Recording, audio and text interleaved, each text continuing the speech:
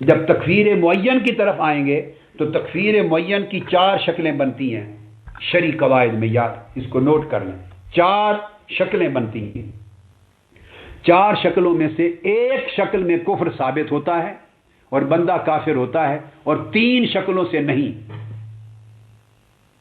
تکفیر معین کی 4 شکلیں بنتی ہیں، یعنی کسی ایک شخص کو نومینیٹ کر کے اسے کافر کہنا اور پھر خارج از اسلام قرار دینا، یا مرتد کہنا، یا واجب القتل کرنا۔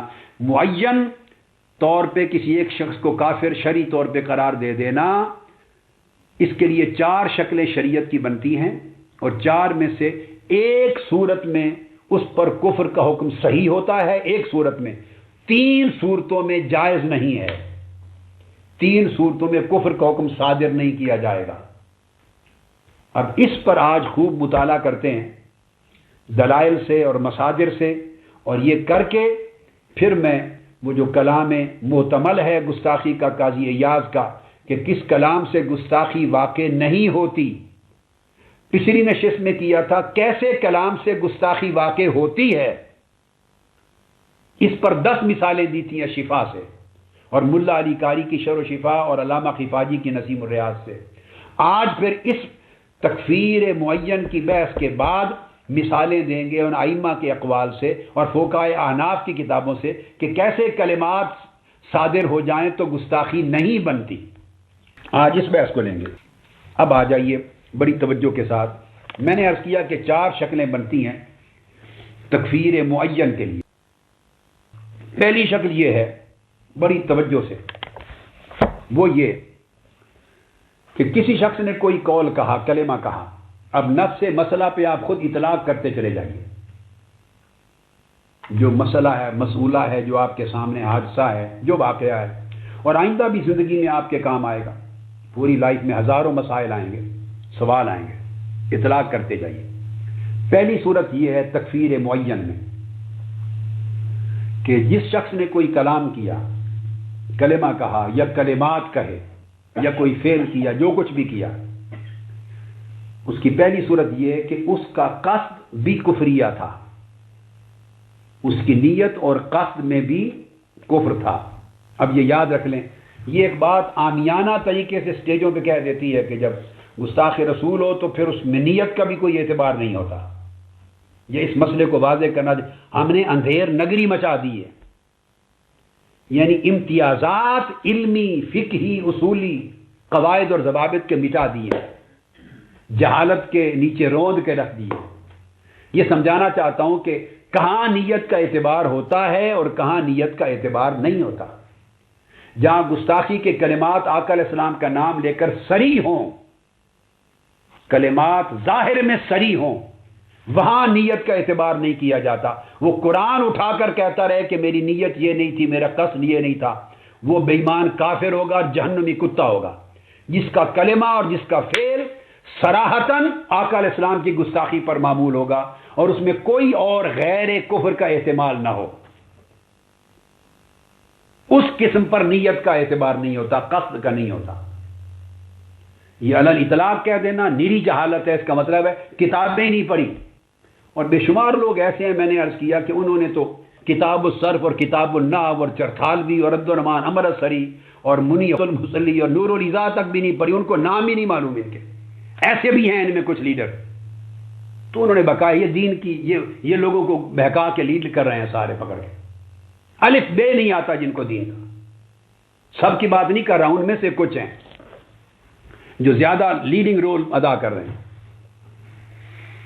اور باقی لوگ دباؤ میں سب ملے ہوئے ہیں ساتھ۔ جنہوں نے پڑھا ہے انہوں نے بھی تو آنکھیں بند کی ہوئی ہیں بس دباؤ میں، تاکہ وہ سنیت سے خارج نہ ہو جائیں، تاکہ ان کے مسند اور ان کی عزتیں قائم رہیں، ان کے اوپر پریشر نہ آ جائے، دھمکی نہ دے دیں ان کو، دروازے نہ توڑ دیں کوئی ان کے۔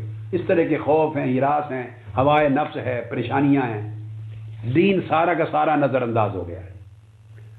سنیے، تو پہلا اصول یہ ہے، یاد رکھیں تکفیر معین کا، کہ قائل یا فاعل جس پر آپ فتویٰ کفر کا لگانا چاہ رہے ہیں، دیکھا جائے گا سب سے پہلے صورت میں کہ اس کا قصد اور نیت کیا ہے، یعنی اس کا قصد بھی کفر ہو اور سوائے کفر کے کوئی اور احتمال نہ ہو، اس کی نیت بھی ثابت ہو قرائن سے سری کفر کی، نیت سری کفر کی، اور ظاہری عمل بھی، اس کا جو ظاہری عمل ہے وہ بھی صریحاً کفر پہ دلالت کرتا ہے، اور کفر کے سوا اس کے اندر کوئی اور غیر کفر کا احتمال نہیں پایا جاتا۔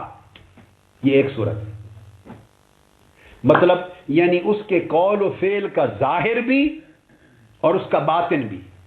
ظاہر کہتے ہیں قول و فعل کو، اور باطن کہتے ہیں اس کے قصد و نیت کو، یعنی ظاہر و باطن دونوں قطعی طور پہ کفر پہ دلالت کرتے ہیں، اور اس میں کوئی احتمال نہیں ہے غیر کفر کا۔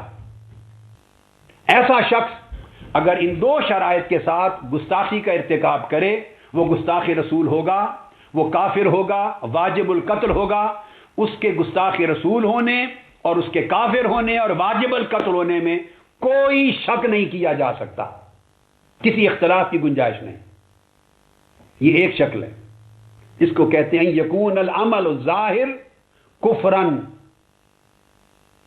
غیر محتمل غیر الکفر فی الباطن، اس کا عمل ظاہر بھی کفر ہو اور اس کے باطن یہ قصد و نیت میں بھی غیر کفر کا احتمال نہ ہو، یعنی ظاہر اور باطن دونوں قطعی طور پر اور صریحی طور پر کفر پہ دلالت کریں۔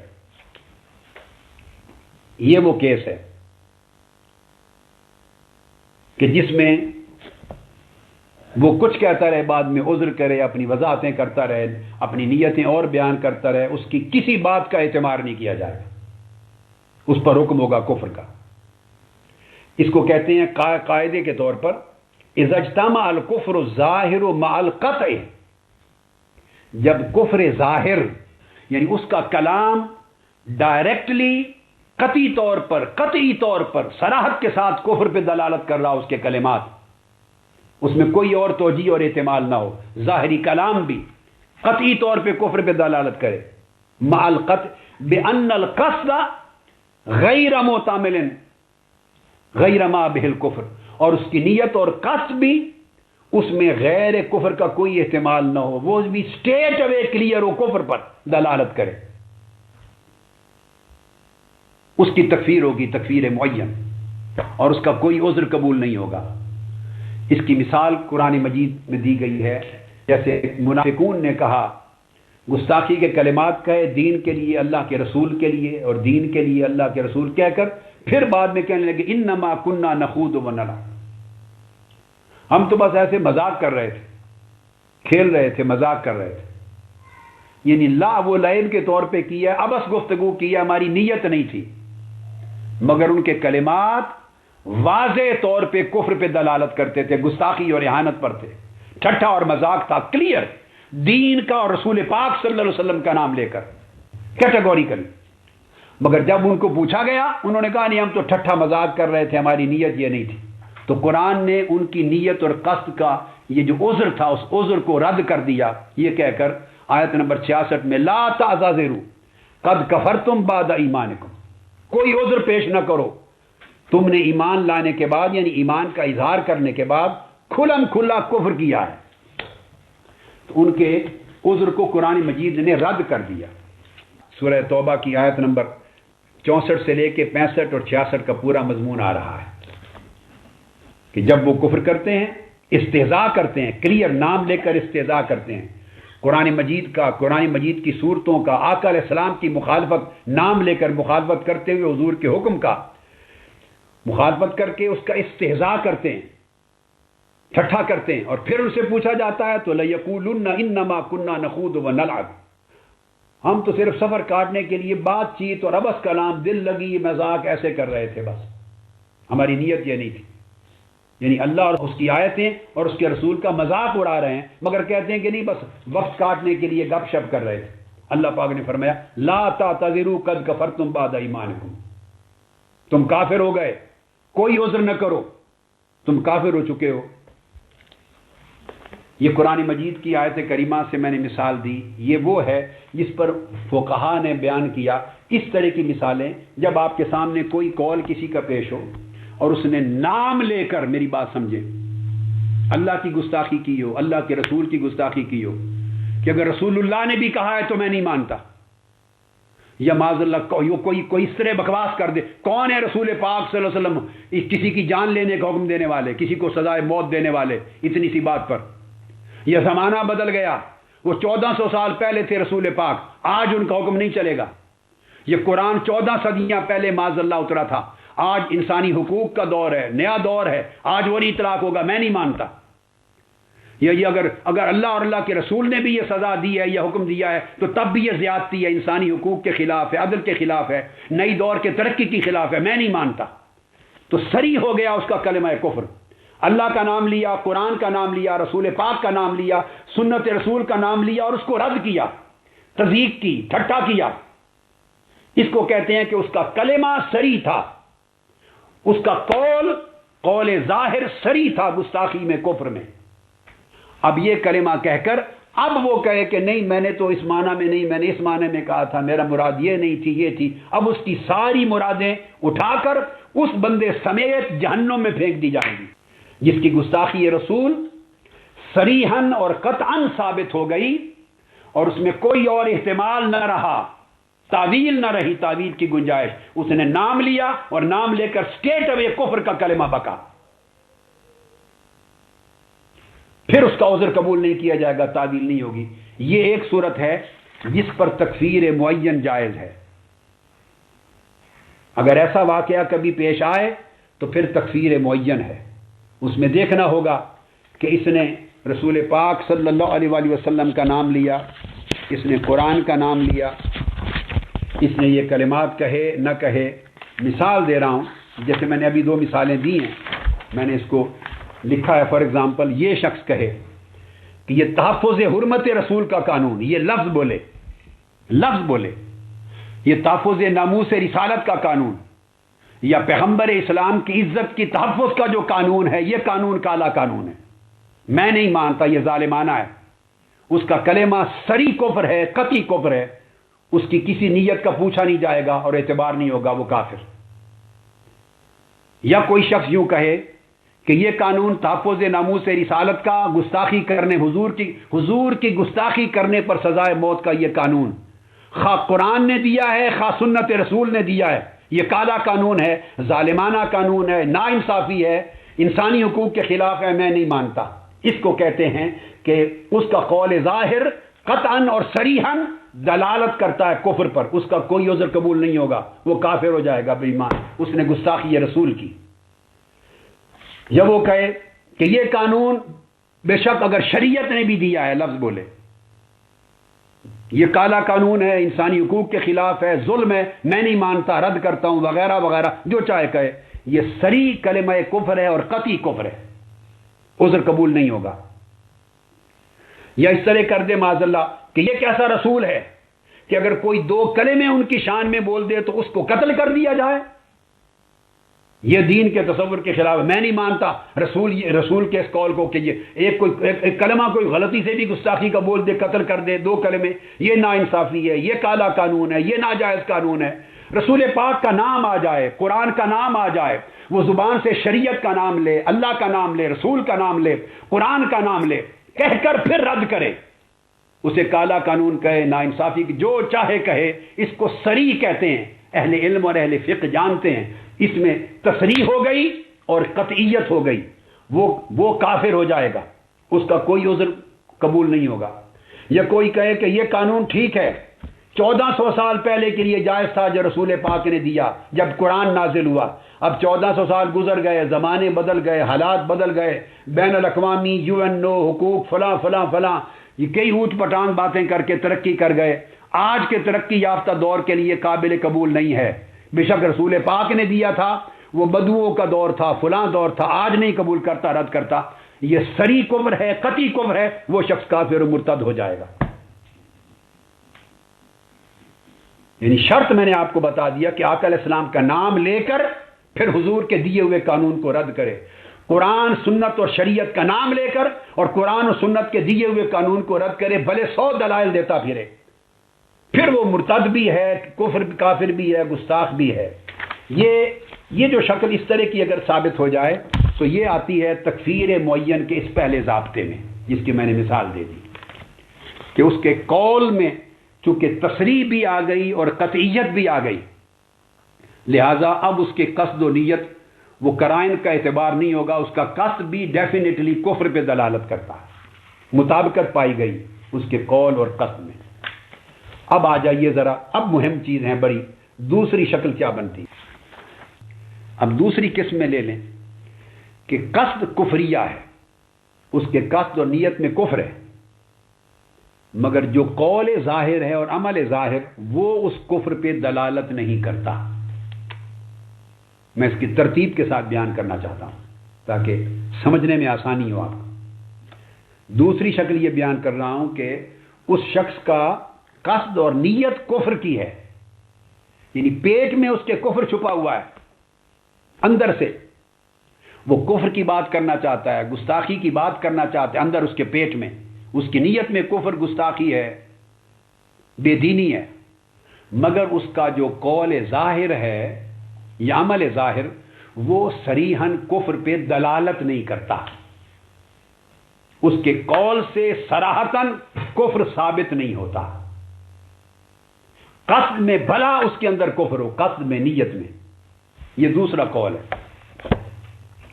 تو اب اس دوسرے قول کی شکل یہ ہوگی جو میں نے آپ کو عرض کیا، اس دوسرے قول میں چونکہ اس کا ظاہر قول اور ظاہر عمل اس کے قصد اور اس کی نیت پہ دلالت نہیں کرتا، لہذا اس پر کفر کا فتویٰ نہیں ہوگا،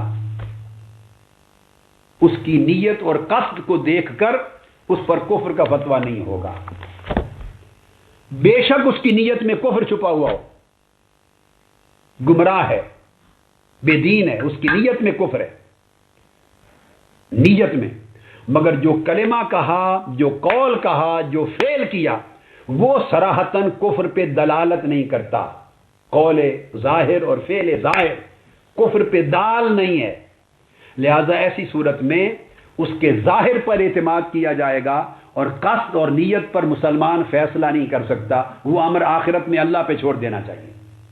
یہ شریعت کا دوسرا قاعدہ ہے۔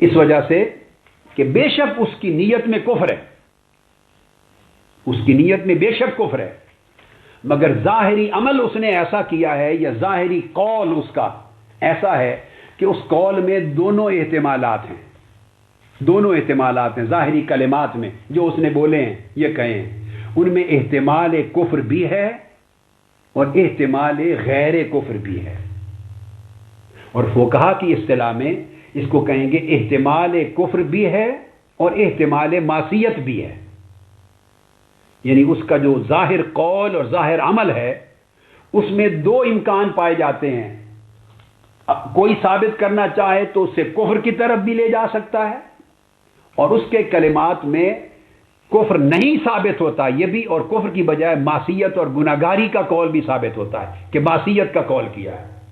تو جب ظاہر قول میں اور ظاہر عمل میں کفر اور غیر کفر یا کفر اور معصیت دونوں احتمال پائے جائیں، نیت میں بے شک صرف ایک ہی احتمال تھا اور وہ کفر کا، مگر ظاہر قول میں اور ظاہر عمل میں چونکہ دو احتمال ہو گئے ہیں، کفر کا بھی اور معصیت کا بھی یعنی غیر کفر، لہذا اس پر کفر کا فتویٰ نہیں ہوگا،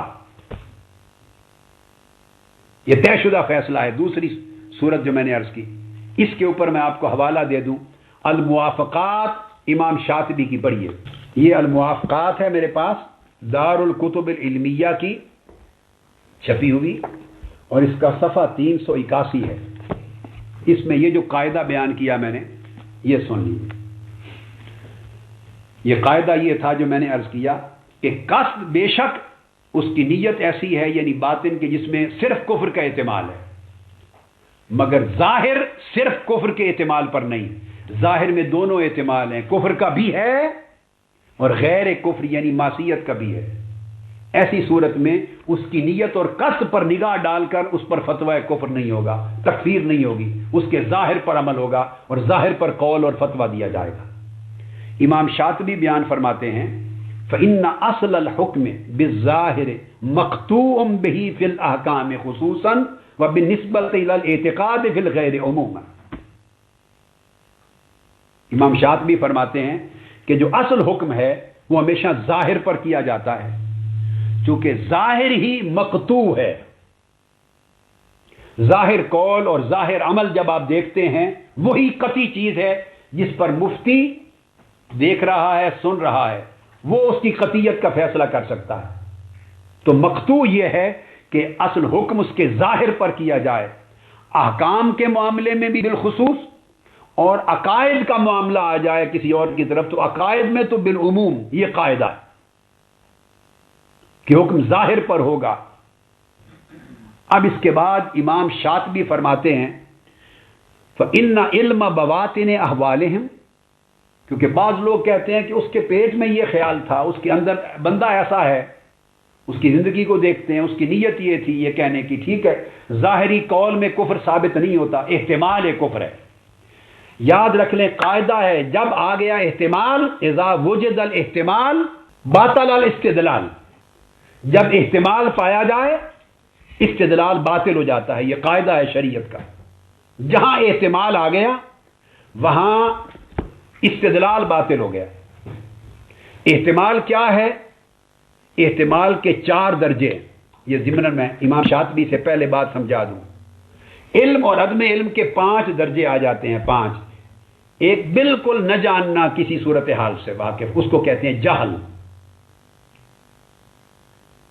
اور کاملاً جاننا، 100% صحیح قطعی طور پر جاننا، اس کو کہتے ہیں علم. تو جہل ایک لوئسٹ رینک ہے، سب سے نیچے. کسی شخص کو کسی چیز کا علم نہیں ہے، ٹوٹلی بالکل جاہل ہے، اسے سرے سے علم نہیں ہے، اندھیرا ہے، اس کی نالج میں اندھیرا ہے. اور علم کہتے ہیں جب قطعیت ہو، جس میں کوئی شک و شبہ نہ ہو، قطعیت ہو، علم یقینی، یہ آخری حد ہے. تو علم اور جہل اس حد کے درمیان 2 حدیں ہو گئی. 3 درجے اور آتے ہیں. جہل سے بندہ تھوڑا سا نکلے اور تھوڑا سا معلوم ہو جائے، تھوڑا سا اسے پتا ہو، زیادہ نہیں پڑھا، بہت نہیں سنا، دین کا علم اتنا نہیں ہے، کسی چیز کے بارے میں تصور اس کا کلیئر نہیں، ایسے تھوڑا سا ہے، لیس دین 50%. 50% علم پہنچنے سے نیچے ہو، نچلے حصے میں مشائخ اعظام، علماء کرام، فقہاء کرام اور پیران اعظام، پیر صاحب سنیے، 50% سے نیچے ہے اس کا علم ٹورڈز جہالت، تو اس کو کہتے ہیں وہم. کہ اس کو جو کچھ معلومات ملی تھوڑا زیادہ، اس کو اصطلاح میں، فن کے اصطلاح میں وہم کہتے ہیں، وہم. اگر اس کا علم کسی چیز کے بارے میں، کسی تصور کے بارے میں اتنا زیادہ ہے کہ سینٹر میں آ گیا، 50% معلوم ہے اسے اور 50% معلوم نہیں. اب آپ تعین کرتے چلے آئیں گے کہ لوگوں کو کتنے % معلوم ہوتا ہے، کوئی ایک مسئلہ، کوئی ایک عقیدہ، کوئی ایک شرعی حکم کا تصور، اور کتنا نہیں.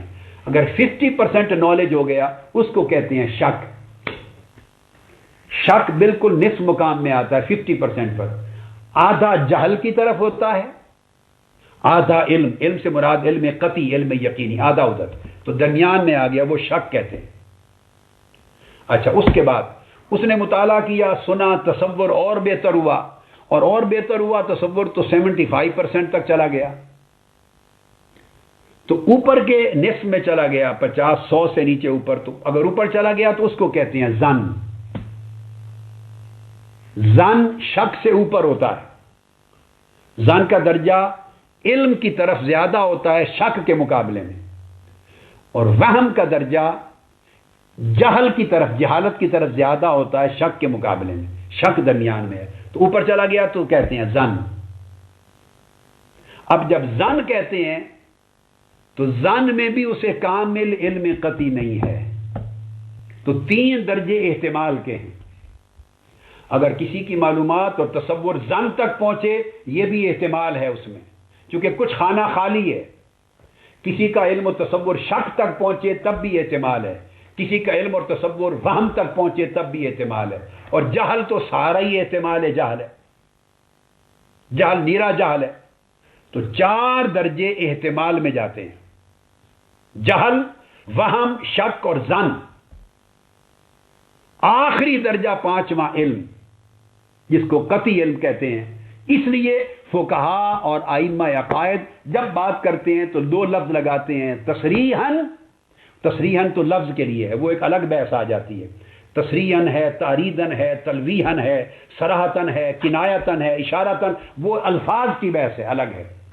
مگر اس تصور کے بارے میں وہ پھر لفظ دوسرا استعمال کرتے ہیں کہ وہ قطعاً، یہ قطعی طور پہ ثابت ہے، یہ ظنی طور پہ. تو کہتے ہیں کہ ظن سے یقین زائل نہیں ہوتا. مسلمان ہونا یقینی علم ہے. کسی کا مسلمان ہونا یقینی تھا کہ وہ کلمہ پڑھا. اگر آپ نے اس کو ایک بار بھی نماز پڑھتے دیکھ لیا، آپ کے پیچھے عید کی، جمعہ کی نماز ایک بار بھی دیکھ لیا، اس کا مسلمان ہونا یقینی ہو گیا. یہ بات سن لیں. میں بعد میں آپ کو کتب عقیدہ دکھاؤں گا. امام ابو منصور ماتریدی جو ہمارے امام ہیں اہل سنت کے، اور امام اعظم رضی اللہ تعالیٰ عنہ کے سب سے پہلے مرتب، امام طحاوی کے بعد بڑے مرتب عقیدہ ماتریدی، عقیدہ اہل سنت کا اشاعرہ کے مقابلے امام ابو منصور الماتریدی، اور امام نصفی، ان کی کتابیں میں اینڈ پر اس موضوع پر آؤں گا. یہاں تک تصریح کی گئی ہے کہ ایک کافر شخص تھا، کافر جس کو آپ جانتے ہیں کافر تھا، اس نے آپ کے پیچھے ایک نماز پڑھ لی. مفتی عبد القیوم خان صاحب جماعت کرا رہے تھے، اور پیر خلیل الرحمان چشتی صاحب نے دیکھ لیا کہ وہ پیچھے جماعت میں نماز پڑھ رہا ہے. شیخ الحدیث صاحب نماز پڑھا رہے تھے تو علامہ سیالوی صاحب نے دیکھ لیا کہ پیچھے نماز پڑھ رہا ہے. انہوں نے دیکھ لیا کہ نماز پڑھ رہا ہے. کافر ہے، کافر نماز پڑھ رہا ہے. اور بعد میں اس کا کوئی عمل نہیں دیکھا آپ نے، بعد میں کہ آپ کوئی تعین کر سکیں. ہمارے ائمہ احناف اور ائمہ اہل سنت نے لکھا ہے کہ اس کا نماز پڑھنا فقط، باقی کوئی بات آپ کی اس سے نہیں ہوئی، یہ دلالت کرے گا کہ وہ مسلمان ہو گیا. اس کا نماز پڑھنا اس کے مسلمان ہونے پر دلالت کرتی ہے. نہ اس نے آپ کے پاس کلمہ شہادت پڑھا، نہ آپ نے کلمہ شہادت سنا، نہ اس کو مزید کچھ مسلمانی کے اعمال کرتے دیکھا. نماز پڑھی پیچھے آپ کے، تھا کافر. اب قاعدہ ایک ہے، یہ تو دین اور عقیدہ اپنی مرضی کا بنا لیں. جو اپنی جماعتیں تنظیمیں بنا رکھی ہیں، کہیں کہ ہم امام اعظم کو ریپلیس کرتے ہیں، اپنی مرضی کا بنا لیں، پھر اپنے فتوے چلا لیں.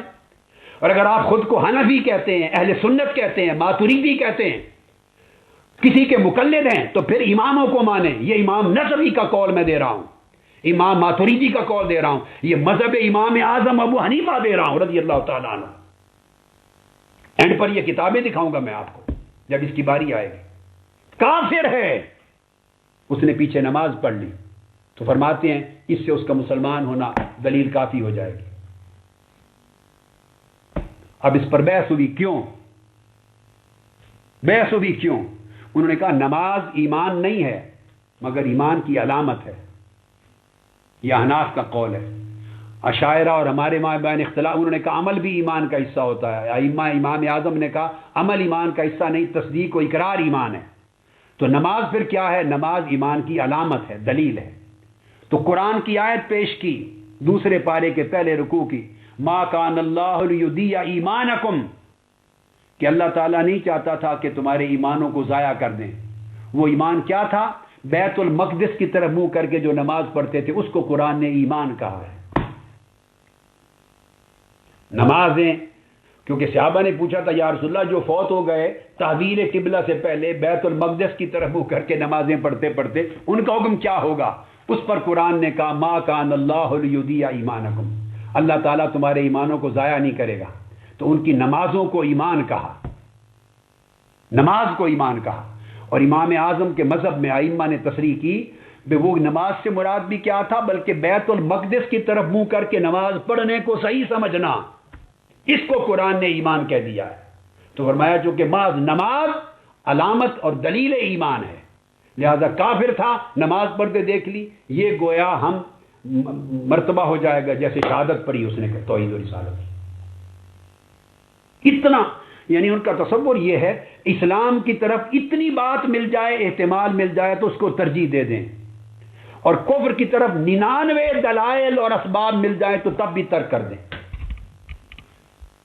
کسی کے مسلمان ہونے کی ایک وجہ مل جائے اتنی تو کفر سے نکال کے اسلام میں لانے کی تو اسے قبول کر لیں، اور مسلمان ہو 99 وجوہ مل جائیں کفر کے تو اعتراض کریں، بچیں، کافر نہ کہیں۔ یہ بنیادی قاعدہ وہ بیان کر رہے ہیں کہ رہ گیا علم بواطن احوال امام شاطبی کہ اس کے باطن میں کیا ہے۔ فرمایا حکم قطعی طور پر قطعی طور پر حکم یہ ہے کہ ظاہر پہ ہوگا، عقائد میں بھی اور احکام میں بھی۔ رہ گیا یہ کہنا کہ اس کے باطن میں نیت میں یہ تھی، اس کے اندر یہ تھا۔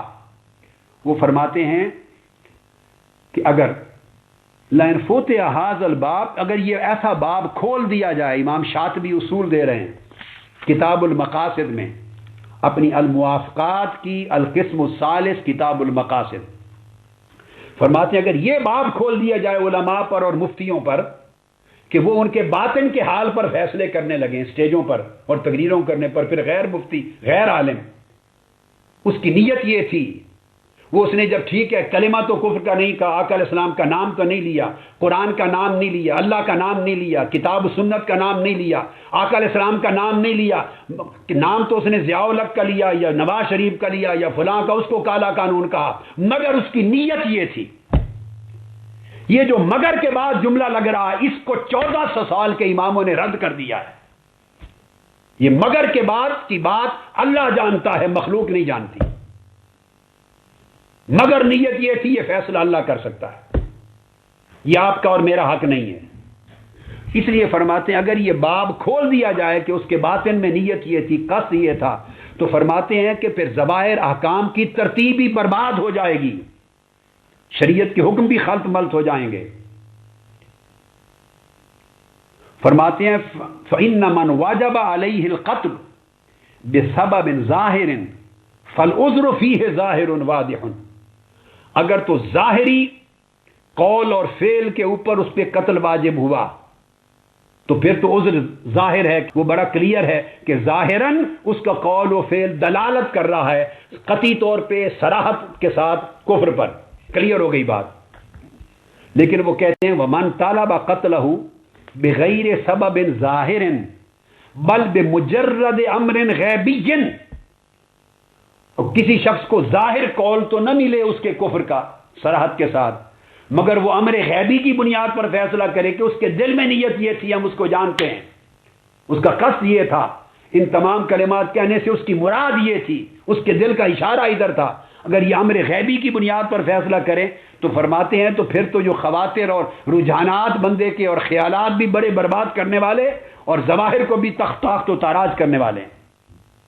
فرماتے ہیں قد فہما من الشر، شرع سے ہم نے یہ سمجھا ہے کہ حاضر یہ جو سد حاضر الباب جملتاً کہ شرع نے، اور پھر یہ بھی کہ شرع نے سد حاضر الباب جملتاً، دونوں طریق معروف اور مجہول، کہ شریعت نے یہ باطن اور نیتوں کی بنیاد پر ظاہر کے بغیر فیصلہ کرنے کے دروازے کو بند کر دیا ہے ہمیشہ کے لیے،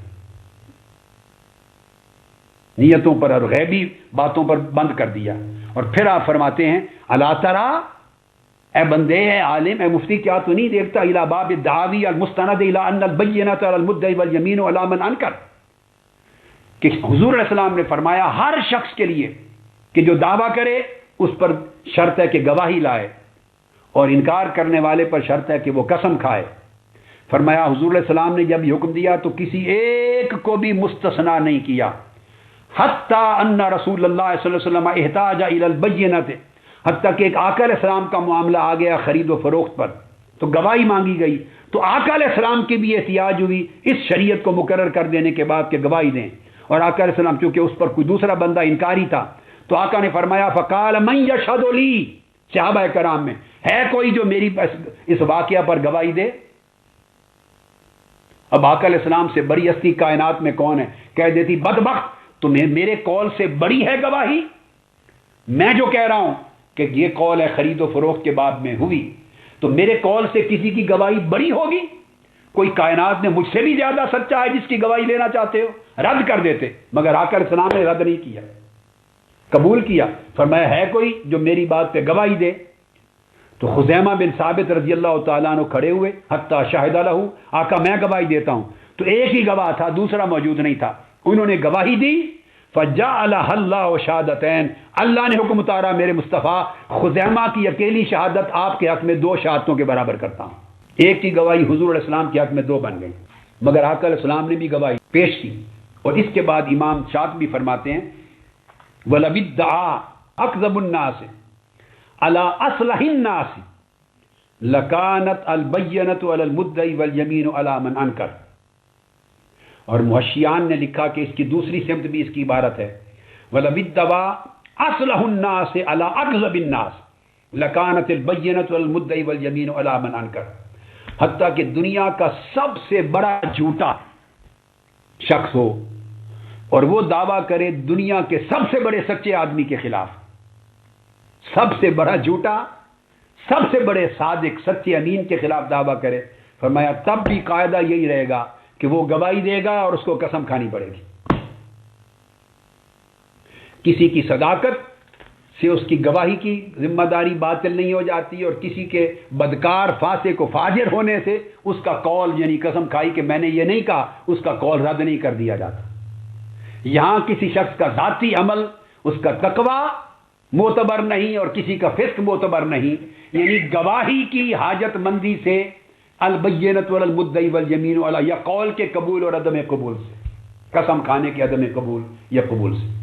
اس لیے فرماتے ہیں پھر امام شاطبی یہاں پر فالاعتبارات الغیبیہ معتمرۃ بحسب الاوامر والنواہی الشرعیہ، کہ جو غیبی اعتبارات ہوتے ہیں نا نیت اور قصد کے، یہ محمل ہوتے ہیں، اور اوامر اور نواہی شریعت کے ہیں حکم ظاہر پر قائم ہوتے ہیں، اس کو کبھی چھوڑا نہیں جا سکتا۔ یہ اس دوسرے قاعدے کے لیے میں نے اصول بیان کیا موافقات امام شاطبی سے۔ یہ قاعدہ یہ تھا کہ جس میں قصد اور نیت میں تو کفر ہے، لیکن فرمایا کہ تم مکلف ہی نہیں ہو کسی کے قصد اور نیت کو جاننے کی، یہ احوال سرائر ہیں، احوال باطن اللہ پر چھوڑے جائیں گے، تم اس کے ظاہر کو دیکھو گے، اور جو ظاہر ہے چونکہ ظاہر میں اس کا جو فعل ہے اس میں دونوں احتمال ہیں، کفر کا بھی اور عدم کفر کا بھی، اس وجہ سے اس پر کفر کا فتویٰ نہیں لگ سکتا، احتمال غالب کیا جائے گا عدم کفر کا۔ اب اس کے بعد پھر اب تیسرا آگے احتمال آ جاتا، تیسرا احتمال یہ آ جاتا ہے کہ ظاہری قول اور فعل، ظاہری قول اور فعل میں ہی کفر اور عدم کفر دونوں کا احتمال موجود ہے، اور نیت کا حال معلوم نہیں، نیت کا حال معلوم نہیں سرے سے ہی، اس کا ظاہری جو قول ہے اس سے ہی پتہ چل جاتا ہے کہ اس میں کفر کا احتمال بھی ہے اور اس میں عدم کفر کا احتمال بھی ہے، دونوں امکانات ہیں ظاہر میں۔ یعنی کفر کے احتمال سے مراد یہ ہے کہ اس نے ظاہراً جو قول کیا، جو کلمہ کہا، اس سے کفر بھی ثابت ہو سکتا ہے، اور اس کے ظاہری کلمہ سے مخالفت شریعت بھی ثابت ہو سکتی ہے مگر کفر نہیں، چونکہ ہر مخالفت شریعت کفر نہیں ہوتی۔ اگر کوئی فعل حرام یا قول حرام ہے تو وہ بھی شریعت کے خلاف ہے مگر کفر نہیں، قول مکروہ ہے وہ بھی شریعت کے خلاف ہے مگر کفر نہیں، قول خلاف اولا ہے تو شریعت کے ایک درجہ اولا کے خلاف ہے مگر کفر نہیں، قول معصیت ہے، فعل معصیت ہے، گناہ کبیرہ ہے، گناہ صغیرہ ہے، فسق ہے، یہ سب شریعت کے خلاف ہیں مگر یہ کفر نہیں ہے۔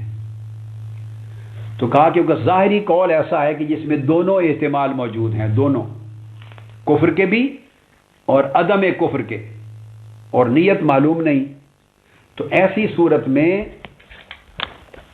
اس شخص کی تکفیر نہیں کی جائے گی، اس لیے کہ اس کے ظاہری قول سے 2 علماء ہیں اور 2 احتمال الگ نکال رہے ہیں، کفر بھی ثابت ہو سکتا ہے اور عدم کفر یعنی معصیت اور گناہ بھی ثابت ہو سکتا ہے۔ ایک شخص نے کچھ کلمات کہے اور اگر اس کے کلمات سے کفر کا احتمال نکلتا ہے تو اسی وقت اس سے یہ ثابت بھی ہوتا ہے کہ اس میں کفر کا احتمال نہیں، معصیت اور گناہ کا احتمال ہے، یعنی مخالف شریعت کا نام کیا مگر کافر نہیں ہوتا۔ اب اس کے لیے حدیث پاک کوٹ کر رہا ہوں اس کی دلیل صحیح بخاری کی. یہ جو قاعدہ شریعت ہے یہ ثابت ہوتا ہے صحیح بخاری کی کتاب التفسیر اور صحیح مسلم کی باب فضائل الصحابہ. بخاری شریف کی کتاب حدیث نمبر 4890 صحیح بخاری کی حدیث نمبر ہے. باب میں نے بتا دیا کتاب التفسیر ہے. حضرت حاتم بن ابی بلتع رضی اللہ تعالیٰ عنہ کا واقعہ ہے. اس سے ائمہ محدثین نے یہ تیسرا اصول نکالا. اب وہ واقعہ سنیے توجہ کے ساتھ کہ کتنا بڑا واقعہ ہوا. آقا علیہ الصلوۃ والسلام، یہ بخاری شریف میرے سامنے ہے حدیث نمبر 4890، اور اس کتاب التفسیر میں جو باب قائم کیا امام بخاری میں وہ باب سننے والا ہے. باب ہے لا تتخذوا عدوی وعدوکم اولیاء. اس باب کے تحت حدیث لائی ہے کہ لوگوں، اللہ پاک فرماتے ہیں میرے دشمن اور اپنے دشمنوں کو اپنا ولی اور دوست نہ بناؤ. اللہ پاک فرما رہے ہیں میرے دشمن اور اپنے دشمنوں کو، یعنی اللہ کا دشمن، رسول کا دشمن، صحابہ اور مومنین کے دشمن کو اپنا دوست نہ بناؤ. اس باب کے تحت یہ حدیث لائے ہیں. حضرت حاتم بن ابی بلتع ایک صحابی تھے. جب آقا علیہ السلام فرما رہے تھے تیاری فتح مکہ کے لیے جانے کی، تو یہ صحابی حاتم بن ابی بلتع، اس کے اہل و عیال، اعزا، اقارب، رشتہ دار، مال، کچھ اس کی جائیداد مکہ معظمہ میں تھی. مکہ میں اس نے کیا کیا کہ حضور علیہ السلام کا راز فاش کر دیا اپنے اہل و عیال کو بچانے کے لیے. کفار مشرکین کی طرف خط لکھ کے بھیجا. یہ حضور علیہ السلام کا پورا منصوبہ اس میں فاش کر دیا، راز کر دیا آقا علیہ السلام کا. ان کی پوری پلاننگ فاش کر دی اور خط بھیجا لکھ کر کہ اس طرح حملہ کرنے والے ہیں. مقصود اس کا یہ تھا کہ میری اس وفاداری کی کو دیکھ کر حیا کر کے میرے بچوں کو، فیملی کو اور میرے جو باقی فیملی جائیداد وغیرہ کی حفاظت کر دیں گے، یہ بچ جائیں گے ہمارے لوگ. یہ بعد میں بات آتی. اس نے خط بھیجا، اور خط جب بھیجا تو ایک باندھی تھی لونڈی، اس کے ہاتھ وہ خط بھیج دیا. ادھر سیدنا علی شیر خدا رضی اللہ تعالیٰ عنہ کو آقا علیہ السلام نے بھیجا، اور ان کے ساتھ حضرت زبیر بن العوام کو، حضرت مقداد کو، ان تینوں کو آقا علیہ السلام نے روانہ کیا. جب تینوں کو روانہ کر دیا تو ایک مقام آتا ہے مدینہ پاک سے جب نکلیں مکہ معظمہ کے راستے میں، تو حدیث پاک کے لفظ ہیں انطلقوا حتی تأتوا روضۃ خاخ. وہ نکلے حتی تأتوا روضۃ خاخ، یعنی ایک مقام خاخ تھا. یہ مکہ معظمہ اور مدینہ طیبہ کے درمیان، مگر مدینہ طیبہ کے ابھی قریب، حمراء الاسد کے قریب تھا یہ مقام. وہاں پہنچے تو وہاں اس نے اپنی ایک لونڈی بھیجی تھی. حاتم ابی بلتع نے، حاتم ابن ابی بلتع نے لونڈی کے ہاتھ وہ خط بھیجا تھا خفیہ کہ عورت ہے، چھپ کے چلی جائے گی، کوئی چیک نہیں کرے گا، پہنچا دے گی. وہ جو جاریہ تھی وہ فرماتے ہیں کہ فاتینا، وہ کہتے ہیں کہ جب ہم فیضا نحن، ہم وہاں پہنچے، فیضا نحن بالزعینہ فقلنا، ہم وہاں پہنچے تو ایک لونڈی تھی. اس کو دیکھا، اس کا نام تھا سارہ، اور وہ عمران بن ابی سیفی القرشی، اس کی وہ باندھی تھی، آزاد کردہ. اس کو دیکھا ہم نے، اور یہ ان کو پتہ چل گیا کہ یہ خط جاسوسی ہو گئی تھی، یہ خط لے کے جا رہی ہے حاتم بن ابی بلتع کی کفار و مشرکین مکہ، قریش مکہ کے لیے. سیدنا علی شیر خدا روایت کرتے ہیں ہم تینوں صحابی جب وہاں پہنچے، اس لونڈی کو ہم نے پا لیا، سارہ کو. ہم نے اسے کہا کہ خط دو ہمیں جو حاتم بن ابی بلتع نے تمہیں دیا ہے. اب الفاظ یہ ہیں کہ فاتین اب فقلنا لا اخرج الکتاب، ہم نے کہا کتاب یعنی خط نکال کے ہمیں دو. فقالت معی کتاب، ما معی کتاب، میرے پاس کوئی خط نہیں ہے. اس نے جھوٹ بولا، مجھے کوئی خط نہیں دیا اس نے.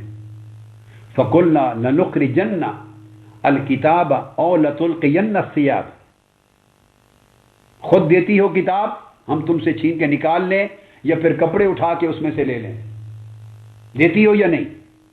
جب اس کو پتہ چل گیا فاخرجتہ من قاصها، پھر الٹیمیٹلی وہ اس نے بند کیے ہوئے تھے، بالوں میں لپیٹا ہوا تھا، بالوں کے اندر، تو اس نے نکال کے دے دیا. وہ خط دے دیے.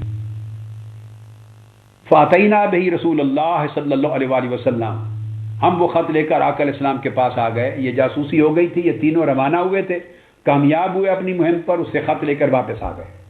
آقا علیہ السلام کو دیا. فاذا فی، آقا علیہ السلام نے خط کھولا اور پڑھ کے سنایا گیا تو خط میں لکھا تھا من حاتب ابن ابی بلتع الی ناس من المشرکین ممن بمکہ یخبر ببعض امر النبی صلی اللہ علیہ وآلہ وسلم. تو اس نے حاتب نے بن ابی بلتع نے خط بھیجا تھا مشرکین مکہ کے نام، اور آقا علیہ السلام کے منصوبے کی راز فاش کر کے خبریں دی تھی کہ یہ کرنے والے ہیں. اب یہ حدیث ہے صحیح بخاری کے. جب صحیح بخاری میں آتا ہے کہ جب آقا علیہ السلام نے وہ خط پڑھ لیا تو اب اس کے اوپر اب یہ حضور علیہ السلام کی اس سے بڑی گستاخی اور کیا ہو سکتی ہے. ظاہر کی میں بات کر رہا ہوں، قول کر رہا تھا، سن لیں، نیت کا پتہ نہیں تھا پہلے، مگر اس کا جو ظاہری قول اور عمل ہے اس میں احتمال ہے کفر کا بھی غیر کفر کا بھی. اب آپ سوچیں گے کہ اس میں اندازہ کریں کہ کیا احتمال ہے. آقا علیہ السلام کی جاسوسی حضور کے خلاف کر رہا ہے، حضور علیہ السلام کی خبریں مشرکین مکہ کو ایک شخص پہنچا رہا ہے، فتح مکہ کے منصوبے بے نقاب کر کے گویا آقا علیہ السلام کی پوری مہم کو ناکام کرنا چاہتا ہے. اتنا بڑا عمل ہے اور خط لکھا ہے تو یہ قول اور فعل بھی ہے، اور خط لکھا ہے یہ قول ہے، تحریر ہے. اتنا بڑا قول اور فعل ہے آقا علیہ السلام کے خلاف، جس پر آیت اتری کہ میرے اور رسول کے دشمنوں کو اپنا دوست نہ بناؤ. اب اس پر آقا علیہ السلام نے اس کو قتل نہیں کیا، کفر کا حکم نہیں دیا. آقا علیہ السلام نے اس سے پوچھا، صحیح بخاری میں آتا ہے، فقال النبی صلی اللہ علیہ وسلم ما ھذا یا حاتب، حاتب یہ کیا ہے، یہ کیا ہوا. آقا علیہ السلام نے تبین کیا، اس سے وجہ پوچھی کہ جو کچھ لکھا ہے اپنی نیت اپنا ارادہ بتاؤ، کیوں لکھا ہے، کیا لکھا ہے.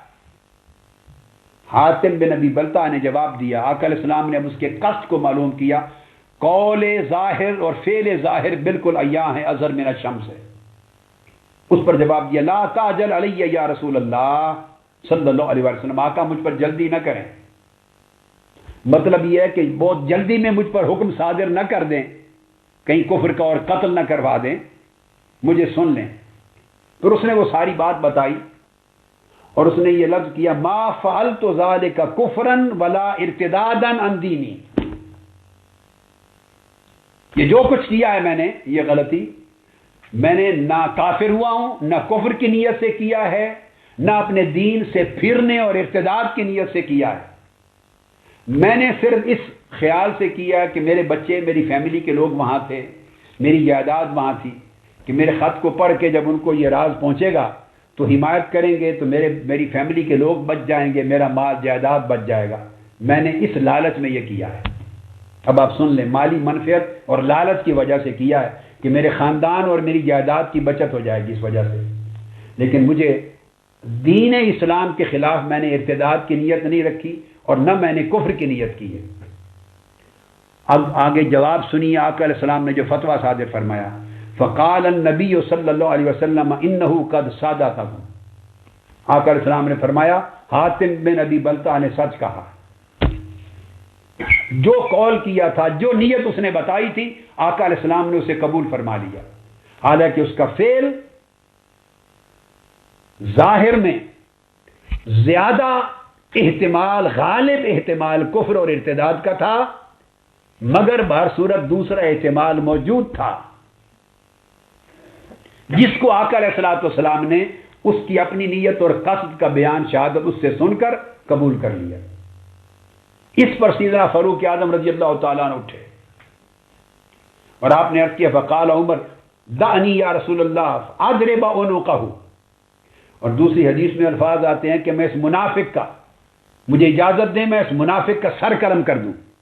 اب یہ ہے اصل بات جو مفتی کی ذمہ داری اور اہل علم کی ذمہ داری بنتی ہے، ان باریک اور بڑے نازک معاملات میں شریعت کے حکم کو صحیح فیصلہ کرنا.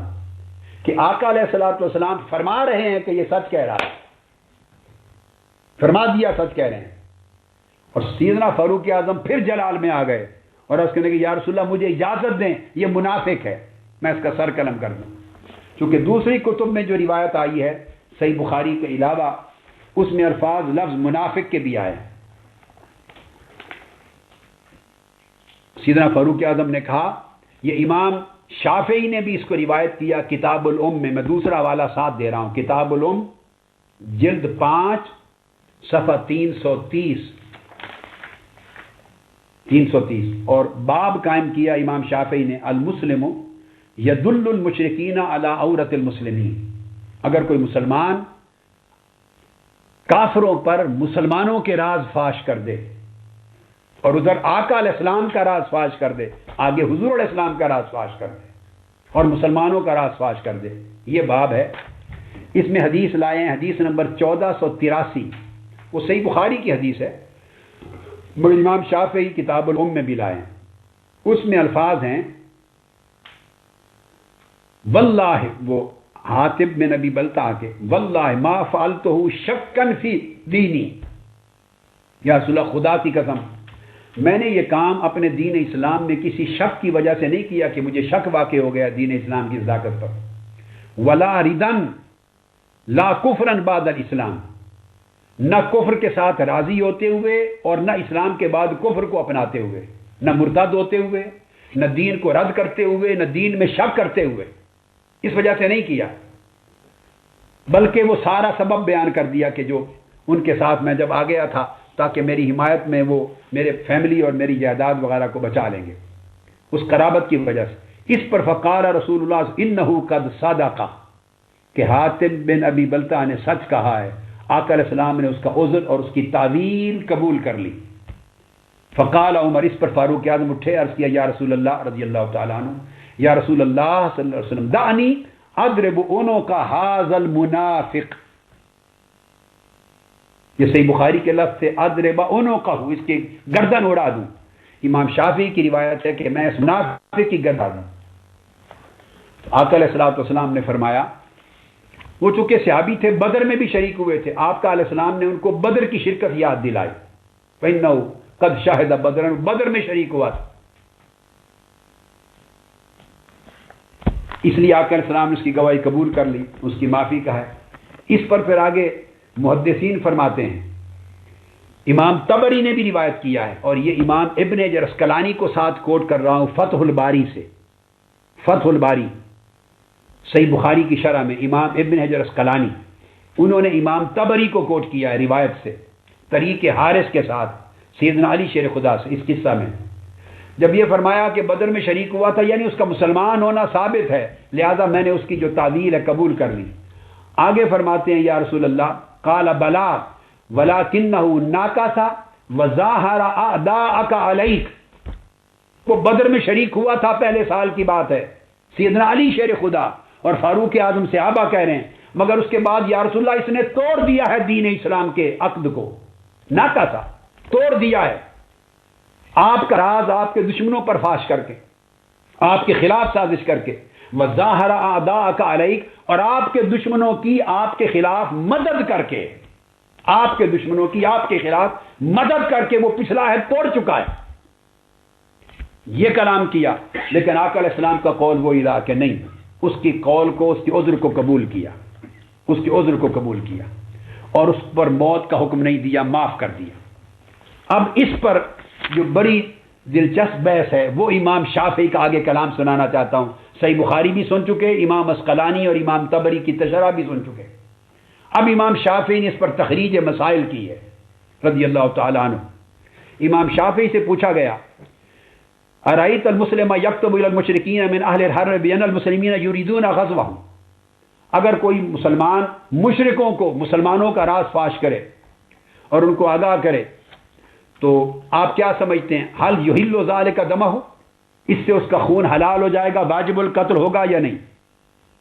وَيَكُونُ فِي ذَلِكَ دَلَالَةٌ عَلَى مُمَالَأَةِ الْمُشْرِكِينَ، کیونکہ اس نے مشرکین سے ولایت ثابت کی ہے، مشرکین کی دوستی ثابت ہو گئی ہے، رسول اللہ یعنی مسلمانوں کے خلاف مشرکوں سے دوستی ثابت ہو گئی ہے. اس پر امام شافعی نے جواب دیا، وقال الشافعی رضی اللہ لا یحل دم من ثبت له حرمت الاسلام، جس شخص کی حرمت، خون کی حرمت مسلمان ہونے کی وجہ سے ثابت ہو گئی، اس کا خون حلال نہیں ہے، قتل نہیں کر سکتے باوجود اس راز فاش کرنے کے، سوائے اس کے کہ اس شخص نے کسی کو قتل کیا ہو تو قصاصاً قتل کیا جائے گا، اور یزنی بعد احسان، شادی شدہ مرد ہو زنا کا ارتکاب کرے بدکاری تو قتل کیا جائے گا، اور یکفر کفرا بینا بعد ایمان، یہ لفظ ہے امام شافعی کے کہ کفر بین کا مرتکب ہو، جیسے گستاخی ہے، جیسے ارتداد ہے، کفر بین یعنی قطعی اور صریح طور پر کفر کا ارتکاب کرے جس میں کوئی اور احتمال نہ ہو، بعد ایمان، تو تب قتل کیا جائے گا مرتد کے لیے۔ ثم یثبت علی الکفر، اور پھر کفر پر قائم رہے اس کے بعد، ایسی صورت میں ان تین وجوہ کے علاوہ کسی کا خون حلال نہیں، قتل نہیں کر سکتے۔ اب ان سے پوچھنے والے شاگرد نے پوچھا امام شافعی سے کہ آپ یہ جو جواب دے رہے ہیں کیا آپ اپنے قیاس اور استدلال سے دے رہے ہیں یا اس پر کوئی کتاب و سنت کی دلیل بھی ہے؟ امام شافعی سے پوچھا۔ امام شافعی نے فرمایا ہاں اس پر سنت کی دلیل ہے، سنت رسول کی دلیل ہے، میں نے جو فتویٰ دیا اس پر۔ اور انہوں نے پوچھا کیا دلیل ہے؟ اس پر امام شافعی نے یہ وہ حدیث پاک بیان کی جسے امام شافعی نے پہلے روایت کیا، امام کتاب العلم میں، یہ تو پہلے ہوئے ہیں نا، امام بخاری کے دادا استاد ہیں، اور پھر امام بخاری نے بعد میں لیا، اس پر یہ پورا واقعہ حدیث پاک کا کوٹ کیا کہ یہ سنت رسول سے ثابت کیا ہے کہ اس شخص کی دشمنی، موالات مشرکین اور آقا علیہ السلام کا راز فاش کرنا خلاف رسول اللہ صلی اللہ علیہ وسلم، اور حضور کو اذیت ملی اس سے، اس عمل سے، بعض اذیت کا عمل تھا، حضور کا منصوبہ ناکام کرنے جا رہا تھا وہ شخص، اور عمل کر دیا تھا اور تحریر لکھ کے بھیج دی تھی۔ اس کے باوجود چونکہ اس کے فعل میں، خط میں، عبارت میں احتمالات تھے، ہر چند کے غالب احتمال کفر کا تھا، غالب، کیونکہ آقا کے خلاف کر رہا ہے، حضور کا راز فاش کر رہا ہے، مگر خفی احتمال عدم کفر کبھی ہو سکتا تھا کہ پتہ نہیں اس نے کس نیت سے بھیجا ہے، اس سے پوچھے تو صحیح۔ تو آقا علیہ السلام نے غالب احتمال کفر پر فتویٰ دے کر اس کو قتل نہیں کرایا، اس سے پوچھا کہ تمہاری کیا نیت تھی، کیوں کیا؟ اور جب اس نے بتایا اور کہا کہ میں نے ارتداد اختیار نہیں کیا، دین اسلام کو نہیں چھوڑا، کافر نہیں بنا، خود اپنی زبان سے کہا، تو بس اس کی زبان کے کلمات پر آقا نے اعتبار کیا اور اس کے قرائن پر کوئی اور شہادتیں نہیں مانگی، اعتبار کر لیا چونکہ مسلمان تھا، صحابی تھا۔ اس پر امام شافعی آگے بیان کرتی ہیں بہت اہم چیز، فرماتے ہیں امام شافعی فی ھذا الحدیث ما وصفنا لک، اس حدیث میں جو احکام ہم نے آپ کو واضح کیے، طرح الحکم باستعمال الظنون، فرماتے ہیں اس میں طریقہ سکھایا گیا ہے کہ جب حکم شرعی لگانا ہو تو ظنون کا، احتمالات کا، مختلف گمانوں کا استعمال کس طرح کیا جائے، آپ اندازہ کریں، استعمال ظنون، مختلف گمان اگر ہوں، مختلف امکانات ہوں، مختلف احتمالات ہوں، تو ان کو کس طرح استعمال کیا جائے حکم لگانے سے پہلے۔ امام شافعی فرماتے ہیں یہ حدیث یہ مسئلہ ہمیں سمجھاتی ہے، لِأَنَّهُ لَمَّا كَانَ الْكِتَابُ يَحْتَمِلُ أَن يَكُونَ مَا قَالَ حَاتِبٌ كَمَا قَالَ، انہوں نے کہا چونکہ جو کتاب تھی، اس کا خط تھا، اس میں اس چیز کا احتمال تھا جو حاتب نے اپنی صفائی میں بعد میں کہا، صاف ظاہر ہے دوسرا احتمال تو تھا ہی جو کفر کی طرف لے جاتا ہے، جس کی وجہ سے سیدنا فاروق اعظم اٹھے کہ میں اس منافق کا سر قلم کر دوں، ان کا اشارہ تھا یہ منافق جھوٹ بول رہا ہے، اپنے آپ کو بچانے کے لیے یہ عذر بنا رہا ہے، یہ صریح ہے چیز، خط لکھنا آپ کے خلاف، سازش بے نقاب کرنا اور یہ منصوبہ بے نقاب کرنا اور سازش میں شریک ہونا مشرکوں کے ساتھ، وہ صریح سمجھ رہے تھے۔ آقا علیہ السلام نے سیدنا فاروق اعظم کے خیال کو قبول نہیں کیا، فرماتے ہیں لِأَنَّهُ فَعَلَهُ لِيَمْنَعَ أَهْلَهُ، چونکہ اس کے خط میں یہ احتمال تھا کہ شاید اس نے اپنے اہل و عیال کو بچانے کے لیے ہمدردی ظاہر کرتے ہوئے کیا ہو، وَيُحْتَمَلُ أَن يَكُونَ زَلَّةً لَا رَغْبَةً عَنِ الْإِسْلَامِ، اور اس احتمال کی روشنی میں یہ احتمال پایا جاتا ہے کہ اس سے یہ خطا ہوئی، غلطی ہوئی، زلہ کا ارتکاب ہوا، اسلام کو چھوڑا نہیں، ارتداد اور کفر کا نہیں بلکہ زلہ، خطا کا، معصیت کا ارتکاب ہوا۔ وَاحْتَمَلَ الْمَعْنَى الْأَقْبَحَ، اور فرماتے ہیں کہ اس کے ساتھ اس سے زیادہ قبیح تر معنی کا بھی احتمال تھا، یعنی اپنے اہل و عیال کو بچانے کے لیے اس نے غلطی کی، یہ بھی احتمال تھا، اور اس سے زیادہ اقبح قبیح تر احتمال بھی تھا کہ یعنی سازش میں شریک ہوا اور حضور کے منصوبے کو ناکام کرنے کے لیے خط بھیجا۔ فرماتے ہیں دونوں احتمال تھے۔ کان القول قولہ فی محتمل فعلہ، تو آقا علیہ السلام نے جو فیصلہ کیا وہ اس کے قول پر کیا جو خفی احتمال تھا، ہلکا، اس ہلکے احتمال کو بھی مان لیا اور اس پر فیصلہ فرمایا۔ وہ حکم رسول اللہ صلی اللہ علیہ وسلم فی بأن لم یقتلہ، اور آقا علیہ السلام کا یہ حکم فرمانا کہ اس کو قتل نہ کیا جائے۔ وَلَمْ يَسْتَعْمِلْ عَلَيْهِ الْأَغْلَبِ، اب یہ بات بڑی عام ہے، ایک ایک لفظ امام شافعی کا عام ہے، دین اس طرح آتا ہے۔ فرمایا کہ اغلب جو احتمال تھا وہ تھا کفار کے ساتھ سازش میں شریک ہونا، آقا علیہ السلام کے راز کو فاش کرنا، اسلام کے منصوبہ فتح مکہ کو ناکام کرنا، اغلب احتمال تو یہ تھا۔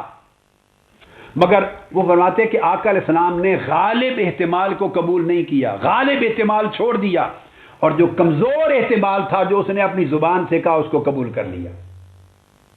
اور پھر فرماتے ہیں کہ فَإِذَا كَانَ مَنْ خَابَرَ الْمُشْرِكِينَ بِأَمْرِ رسول اللہ صلی اللہ علیہ وسلم یرید اللہ یرید غِرَّتَهُم، اس نے مشرکوں کو آقا علیہ السلام کا منصوبہ بے نقاب کیا، اور آقا علیہ السلام چاہتے تھے کہ انہیں اس کی خبر نہ ہو، اس نے حضور کے منصوبے کے خلاف عمل کیا۔ اس کے باوجود آقا علیہ السلام نے فرمایا، امام شافعی کہتے ہیں افرائیتا، کہ آقا علیہ السلام ان رسول اللہ قال قد صدق، اس کے قول کو مانا اور فرمایا کہ اس نے صحیح کیا۔ اب امام شافعی سے سوال کیا گیا، ان کے شاگرد نے پوچھا، وکیل علی شافعی، کہ آپ جو کہہ رہے ہیں کہ قال رسول اللہ قد صدق، کہ حضور نے فرمایا اس نے سچ کہا، سائل سوال کرتا ہے امام شافعی سے، انما ترکہ لمعرفتہ بصدقہ لا بأن فعلہ کان یحتمل الصدق وغیرہ۔ شاگرد پوچھتا ہے کہ اے امام، یہ بھی تو امکان ہو سکتا ہے کہ آقا علیہ السلام نگاہ نبوت سے جانتے ہوئے، چونکہ رسول تھے، دلوں کے حوال سے واقف تھے، تو آپ حقیقت میں اس کی سچائی کی معرفت رکھتے ہوئے چھوڑ دیا۔ امکان پوچھ رہا ہے، یعنی آپ نے اس کے قول میں احتمال صدق کو نہیں دیکھا۔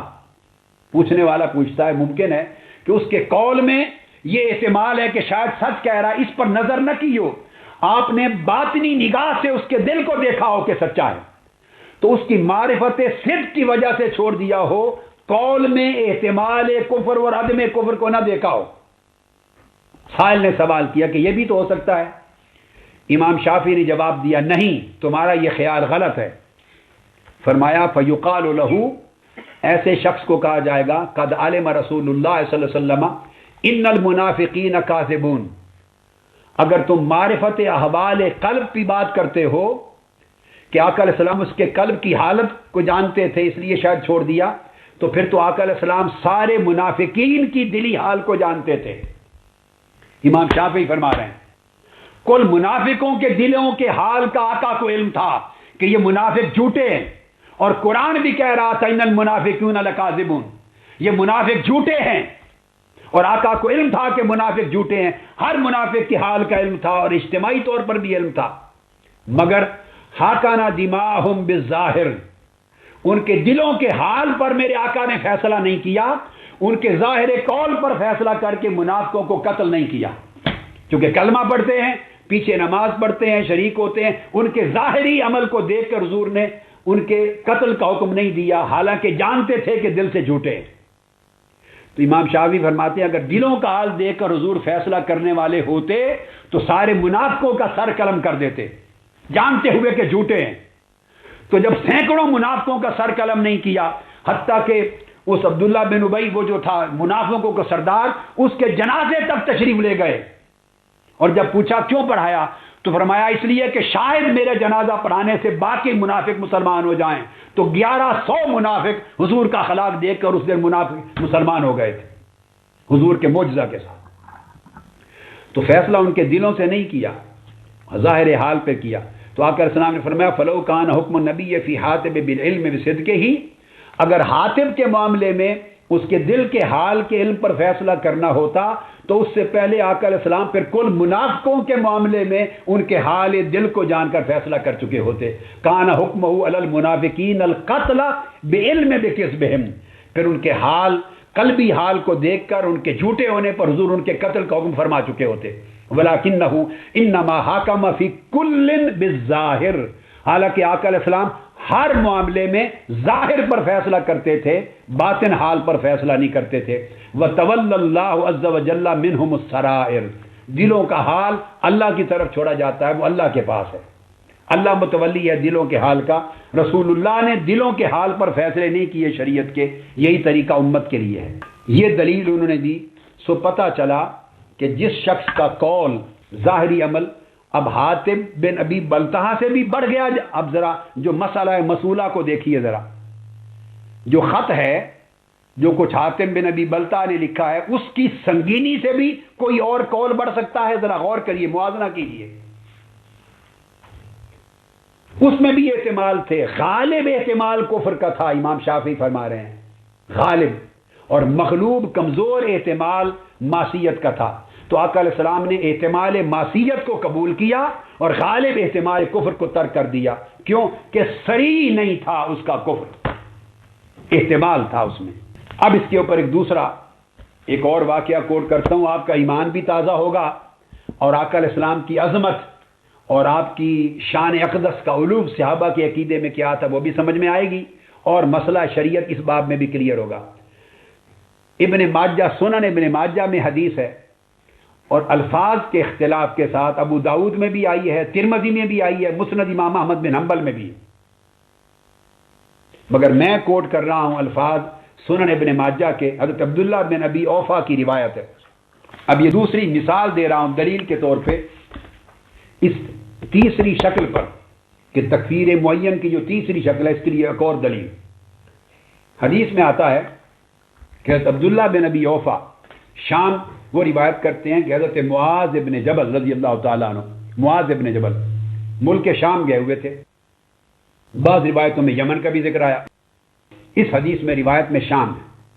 تو شام سے واپس لوٹے، وہاں انہوں نے دیکھا کہ لوگ جو ان کے مذہبی رہنما اور بڑے بڑے روحانی پیشوا تھے ان کو سجدہ کرتے تھے، وہاں رہے، دیکھا. فلما، حدیث کے لفظ سنیے، یہ کتاب النکاح لکھ لیں، سنن ابن ماجہ کتاب النکاح باب نمبر 4، باب حق الزوج علی المرأہ، باب حق الزوج علی المرأہ. تو یہ باب نمبر 4 ہے، حق الزوج علی المرأہ، اور حدیث نمبر ہے 1853، سنن ابن ماجہ کا 1853. عبداللہ بن ابی اوفا روایت کرتے ہیں کہ معاذ ابن جبل رضی اللہ تعالیٰ عنہ واپس آئے.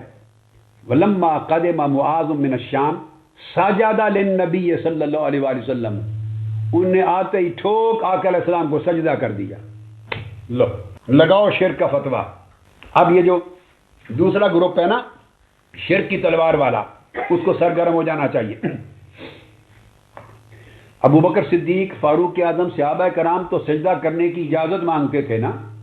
جب جانوروں کو دیکھتے، اونٹوں کو دیکھتے، بکریوں کو دیکھتے آقا کو سجدہ کرتی تو اجازت مانگتے تھے کہ نانو حق و نسجد لک، جانور سجدہ کرتے ہیں آقا تو ہم بے شعور لوگ جانور، ہمارا حق زیادہ، اجازت ہے ہم سجدہ کریں. وہ اجازت مانگتے رہے. معاذ ابن جبل نے سمجھا کہ 100 بار اجازت مانگی ہے، اجازت تو دی نہیں کبھی آقا علیہ السلام نے، اور مانگنے سے دینی بھی نہیں، باقی اجازتیں بعد میں ہوتی رہیں گی، ٹھوک سجدہ کرو ایک بار سیدھا. قادم معاذ من الشام سجد للنبی، یہ سجدہ کر دیا صلی اللہ علیہ وسلم.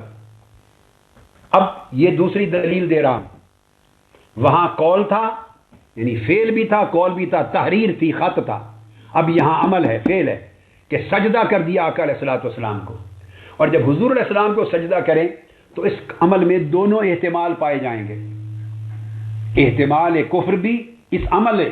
میں معاذ ابن جبل کی بات نہیں کر رہا، بات کو سمجھیں، میں بات کر رہا ہوں نفس فعل کی. جب کسی نے حضور علیہ السلام کو سجدہ کیا یا کوئی کسی کو سجدہ کرے تو غیر اللہ کے سوا کسی کو سجدہ کرنے کا جو فعل ہے اس میں دونوں احتمال ہوں گے، احتمال کفر و شرک بھی اور احتمال غیر کفر بھی، کہ اس نے عبادت کی نیت سے سجدہ کیا یا تعظیم کی نیت سے. اگر عبادت کی نیت سے سجدہ کیا تو کافر و مشرک ہو جائے گا، اگر تعظیم کی نیت سے سجدہ کیا تو فعل حرام ہے، کافر مشرک نہیں ہوگا مگر فعل حرام کا مرتکب ہوگا، معصیت ہے۔ تو اس کو کہتے ہیں دو احتمال پا گئے، احتمال کفر بھی، احتمال معصیت بھی۔ حلال تو کسی صورت میں نہیں ہے سجدہ حضور علیہ السلام کی امت میں۔ جب یہ سجدہ کر دیا تو آقا علیہ السلام نے پوچھا قال ما ھذا یا معاذ۔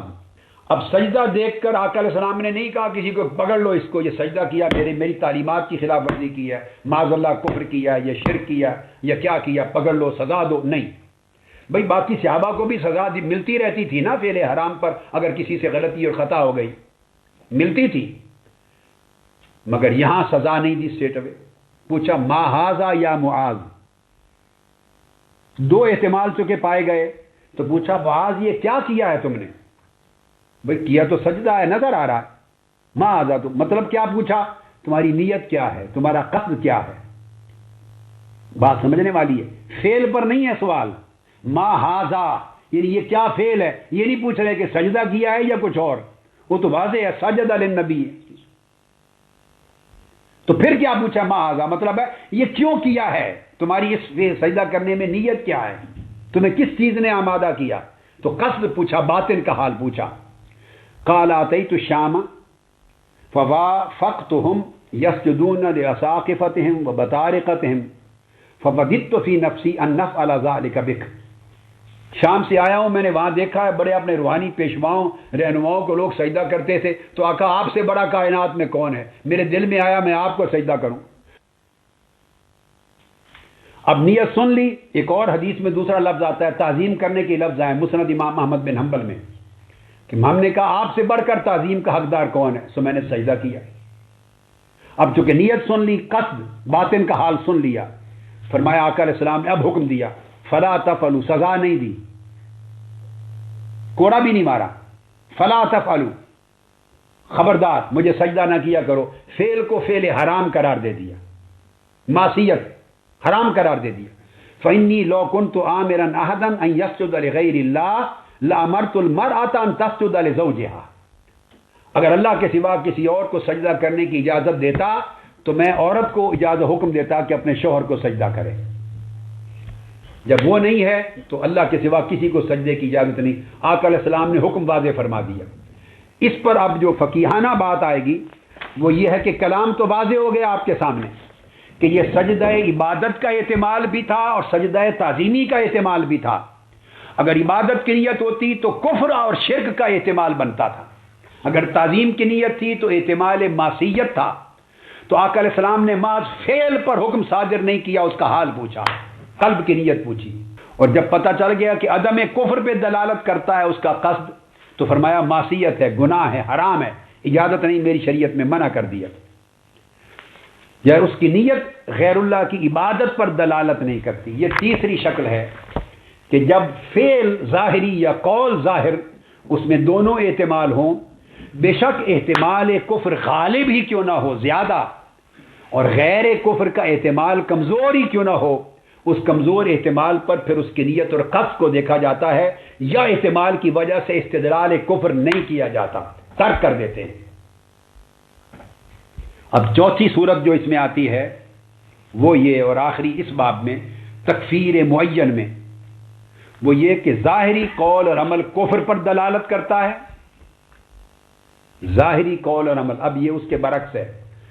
تیسری شکل میں نے بتایا تھا کہ ظاہری قول اور فعل کفر اور عدم کفر دونوں پہ دلالت کرتا ہے، یعنی ظاہری قول میں کفر کا احتمال بھی ہے اور عدم کفر کا احتمال بھی ہے۔ تیسری شکل یہ تھی۔ اب چوتھی یہ بتا رہا ہوں کہ ظاہری قول اور عمل صرف کفر پہ دلالت کرے، ظاہری قول اور عمل کفر پہ دلالت کرے صرف، مگر باطن میں اس کی قصد اور نیت میں احتمال عدم کفر بھی ہو۔ اب ذرا سمجھ جائیں سارے، آگے جو حدیث آ رہی ہے، رب کی رحمتوں کی شانیں بھی دیکھیں اور آقا علیہ السلام کی شان رحمت بھی دیکھیں اور مسئلہ شریعت بھی دیکھیں۔ چوتھی شکل یہ بتا رہا ہوں کہ ظاہری عمل کفر پہ دلالت کرتا ہے، ظاہری قول کفر پر، اس میں احتمال نہیں ہے عدم کفر کا، کلیئر ہے کفر پہ دلالت کرتا ہے، مگر اس کا قصد اور نیت اس میں احتمال ہے، کفر بھی ہو سکتا ہے اور کفر نہیں بھی ہو سکتا. جب ایسی صورت ہو پھر بھی فتویٰ کفر کا نہیں لگایا جا سکتا. اس کی وجہ احتمال کو غالب سمجھ کر غیر کفر کا قول کیا جائے گا، مسلمان سمجھا جائے گا. اب یہ جو دلیل دی، یہ جو میں نے اصول بیان کیا، اس پر حدیث پیش کر رہا ہوں متفق علیہ. کیا عجب حدیث ہے، سبحان اللہ. متفق علیہ حدیث صحیح بخاری صحیح مسلم کی. اور حدیث کس کے بارے میں ہے؟ واقعہ ایک کفن چور کا قصہ ہے. قصہ کفن چور کا ہے. یہ آپ کو ایک لطیفہ بھی بتاؤں. جب پہلی بار یہ حدیث پڑھی تو اس متن میں یہ درج نہیں تھا کہ یہ کفن چور کا واقعہ ہے. یہ بات بڑی دلچسپ ہے. حدیث کے لفظ یہ تھے، اور آپ نے بھی عمر بھر پڑھی اور سنی ہوگی، اس میں یہ نہیں. حدیث کے لفظ تھے کان رجل، ابو ہریرہ رضی اللہ تعالیٰ عنہ راوی ہیں، کان رجل یسرف علی نفسہ، اتنے لفظ آئے تھے. بڑا گناہگار تھا اور ظلم کرتا تھا، گناہ کرتا تھا اپنی جان پر. فلما حضرہ الموت قال لبنیہ، جب موت کا وقت آیا تو اس نے اپنے بیٹے جمع کر لیے، سارے بیٹوں کو بلا لی اور بیٹوں سے کہا اذا انا مت فاحرقونی ثم اطحنونی ثم ذرونی فی الریح. اس نے کہا میں نے ساری عمر گناہ کیے، بڑے گناہ کیے، جب میں مر جاؤں تو میری میت کو جلا دینا، جلا کے راکھ کر دینا، اور تیز ہوا جب آئے تو اس میں میری میت کی جو جلی ہوئی راکھ کو اڑا دینا، تاکہ شرق غرب دنیا میں اس کا ایک ایک ذرہ پھیل جائے. اب یہ اس نے کیوں کہا؟ یہ جو چوتھی شکل میں نے بیان کی، یعنی تکفیر معین میں کہ قول کفر پہ دلالت کرتا ہے، کلمہ ظاہراً کفر پہ دلالت کرتا ہے، اور جو مسئلہ مسئولہ آپ کے پاس ہے اس میں قول اور کلمہ کفر پر بھی دلالت نہیں کرتا. آپ اس کی نیتوں کو ملا کے از خود معنی بنا رہے ہیں. یہاں قول کفر پہ دلالت کرتا ہے، مگر اس کے قصد میں، نیت میں احتمال ہے غیر کفر کا بھی. تو اس نے کہا کہ مجھے میری خاراک کو اڑا دینا دنیا میں. کیوں؟ اب جملہ سنیے اس بندے کا. وہ کہتا ہے فواللہ لئن قادر علی ربی لیعذبنی عذابا ما عذبہ احدا. وہ کہتا ہے خدا کی قسم، اگر اللہ نے قابو پا لیا نا مجھ پر، اگر میں اللہ کے ہاتھ چڑھ گیا، اگر اللہ نے قادر علیہ، اس کو قدرت ہو گئی میرے جسم کو، میرے جسم کے ذروں کو اکٹھا کر کے جمع کر کے دوبارہ کھڑا کرنے کی، معاد کی، اعادہ کی، باس بعد الموت کی، اگر میری موت کے بعد قیامت کے دن مجھے دوبارہ کھڑا کرنے، اپنی بارگاہ میں پیش کرنے پر اس کو قدرت ہو گئی، اللہ کو طاقت مل گئی. یہ جملے ہیں جس کو کہا کہ قول کفر پہ دلالت کرتا ہے. تو پھر لا یعذبنی عذابا ما عذبہ احدا، پھر میں وہ اتنا عذاب دے گا مجھے کہ جو کائنات کی تاریخ میں کسی کو اتنا عذاب نہیں ملا ہوگا، پھر مجھے اتنا عذاب دے گا. تو میں اس لیے کہہ رہا ہوں کہ یہ سارا کچھ بکھیر دینا کہ پھر نہ سارا کچھ مجھے رب جمع کر سکے گا، نہ میری بکھری ہوئی راگ کو جمع کر سکے گا، نہ ملا کے میرا جسم معاذ اللہ بنا سکے گا، اور نہ معاذ اللہ مجھے دوبارہ باس بعد الموت میں کھڑا کر سکے گا، نہ مجھ سے پوچھ سکے گا. استغفر اللہ العظیم. یہ تھا قول کفر. قول کفر لیعذبنی عذابا ما عذبہ احدا. اس نے کہا پترو جو رب نے پھڑ لیا نا مینوں تو وہ ہتھے چڑھ گیا میں، تو اس نے میری وہ تونی لانی ہے، وہ تونی لانی ہے کہ کسی دن نہیں لگی ہوئے گی اج تک. انہ مارے گا مینوں، وہ حشر کرے گا کہ کسی دن نہیں ہوئے گا حشر. انہ اگر اللہ قابو کر لیا مینوں اور قادر ہو گیا مینوں دوبارہ رضا کرنے سے. یہ جملہ بولا ہے. اس کو محدثین نے کہا یہ کلمہ کفر ہے، اور آپ کو بھی کوئی شک نہیں، مجھے بھی کوئی شک نہیں. یعنی اس پہ گویا وہ اس بات کی قدرت کا، اللہ کی قدرت احیاء کا انکار کر رہا ہے، قدرت اعادہ بعد الموت کا انکار کر رہا ہے، اللہ کی قدرت علی بعثہ بعد الموت کا انکار کر رہا ہے. اس نے یہ خیال کیا کہ میں اگر جلا کے راکھ پھیر دوں گا پوری کائنات میں، بکھر جائے گی تو اتنا مشکل ہو جائے گا کام کہ شاید یہ اللہ نہ کر سکے. سیدھا سیدھا قبر میں پڑاؤں گا تو اٹھا کے کھڑا کر دے گا، پھڑتے لے آؤ اس نو قبر چو کھڑا کرو، پھر عذاب دے دے گا. تو جب ہزاروں لاکھوں جگہ پر ذرے بکھر چکے ہوں گے تو پھر یہ مشکل کام ہے، یہ اللہ سے نہیں ہو سکنا. معاذ اللہ، استغفر اللہ. یہ کلمہ کفر تھا جو اس نے بولا. فلما مات فعل بذلک، جب مر گیا اس کے بچوں نے یہی کام کر دیا۔ اب جب مر کے پیش ہوا اللہ کے حضور تو اللہ پاک نے پوچھا اس سے، فاذا هو قائم، اللہ پاک قادر مطلق، اس نے تو سارے ذرے اکٹھے کر کے بندہ بنا کے کھڑا کر دیا، اور کھڑا کر کے پوچھا ما حملک علی ما صنعت، یہ جو حرکت تم نے کی، اپنے آپ کو جلا کے راکھ پوری دنیا میں بکھیر دی، کیوں کیا ایسا؟ کس چیز نے تمہیں اس پہ تیار کیا؟ اس نے کہا قال یا رب خشیتک حملتنی، تیرے ڈر نے مجھے یہ کرنے پہ مجبور کیا، میں تجھ سے ڈرتا تھا کہ بڑا عذاب دے گا، تو بڑا عذاب دے گا، اپنے اعمال کو دیکھ کر اس خوف کی وجہ سے کیا۔ فغفر لہ، آقا علیہ السلام نے فرمایا اللہ نے اس کو معاف کر دیا۔ اب جب پہلی بار یہ حدیث پڑھی، میں آپ کو اپنا ذاتی واقعہ بتا رہا ہوں، تو میرے ذہن میں ایک سوال آیا کہ یہ لفظ ہیں کان رجل یسرف علی نفسہ، ظلم کرتا تھا اپنی جان پر، آفٹر آل کوئی ایسا عمل تو کرتا تھا کہ جس پر اسے ٹوٹل مایوسی تھی کلیتاً، کہ اس کو اتنا عذاب ملے گا جو زندگی میں کائنات میں کسی تاریخ انسانی میں کسی کو نہیں ملا، اور حتیٰ کہ اس نے جلوا کے یہ عمل کر دیا اپنی راکھ کے ساتھ۔ تو سوال یہ ہے وہ کرتا کیا تھا؟ اس بندے کے عمل کو تلاش کریں کہ وہ تھا کیا، کہ اس حد تک اسے خیال تھا کہ وہ عذاب جو دنیا میں کسی کو نہیں ملے مجھے ملے گا، اور اپنی میت کو یہاں تک کروانے پہ آ گیا۔ تو پھر یہی صحیح بخاری کی حدیث نمبر 3452 پہ جا پہنچا۔ یہ حدیث 3481 تھی۔ اچھا، پیچھے یہ حدیث 2-3 جگہ پر یہ حدیث آئی ہے، اسی باب میں 3 جگہ امام بخاری حدیث کو لائے ہیں، اور اس سے پہلے امام بخاری باب ذکر عن بنی اسرائیل میں بھی لا چکے تھے، بہت پہلے میں نے وہ دیکھا۔ حدیث نمبر 3452 پیچھے چلا گیا، جس جس مقام پر آئی ہے سارے مقامات کو دیکھیں۔ اس میں حدیث پاک جب یہ بیان کی تو اس بیان میں یہ حضرت حذیفہ سے روایت تھی، وہاں حضرت حذیفہ سے روایت تھی۔ اس میں آخر پہ وہ بیان کرتے عقبہ بن عمر، حدیث کے جو راوی ہیں، وہ کہتے ہیں وَأَنَا سَمِعْتُهُ يَقُولُ ذَلِكَ، میں نے انہیں یہ کہتے ہوئے سنا، وَكَانَ نَبَّاشًا، وہ کفن چور تھا وہ شخص۔ نباش گور کون کو نہیں کہتے، قبریں کھودنے والے کمہار کو نہیں کہتے، قبر سے مردے کو نکال کے کفن چرا کے بیچنے والے کو کہتے ہیں نباش۔ اس میں صحیح بخاری میں پیچھے گزر چکا تھا ایک مقام پر، حضرت عقبہ بن عمر روایت کرتے ہیں کہ میں نے سنا تھا ان کو کہتے ہوئے کان نباشن، وہ شخص کفن چور تھا۔ اب کفن چور کا تو پتہ ہے نا کہ نباش کفن چور کو کہتے ہیں، کہ شاید یہ بھی بعضوں کو بتانا پڑے گا، چلو یہ بھی سن لیں۔ بعض لوگوں کو یہ بھی شک ہو کہ نباش کہتے کسے ہیں۔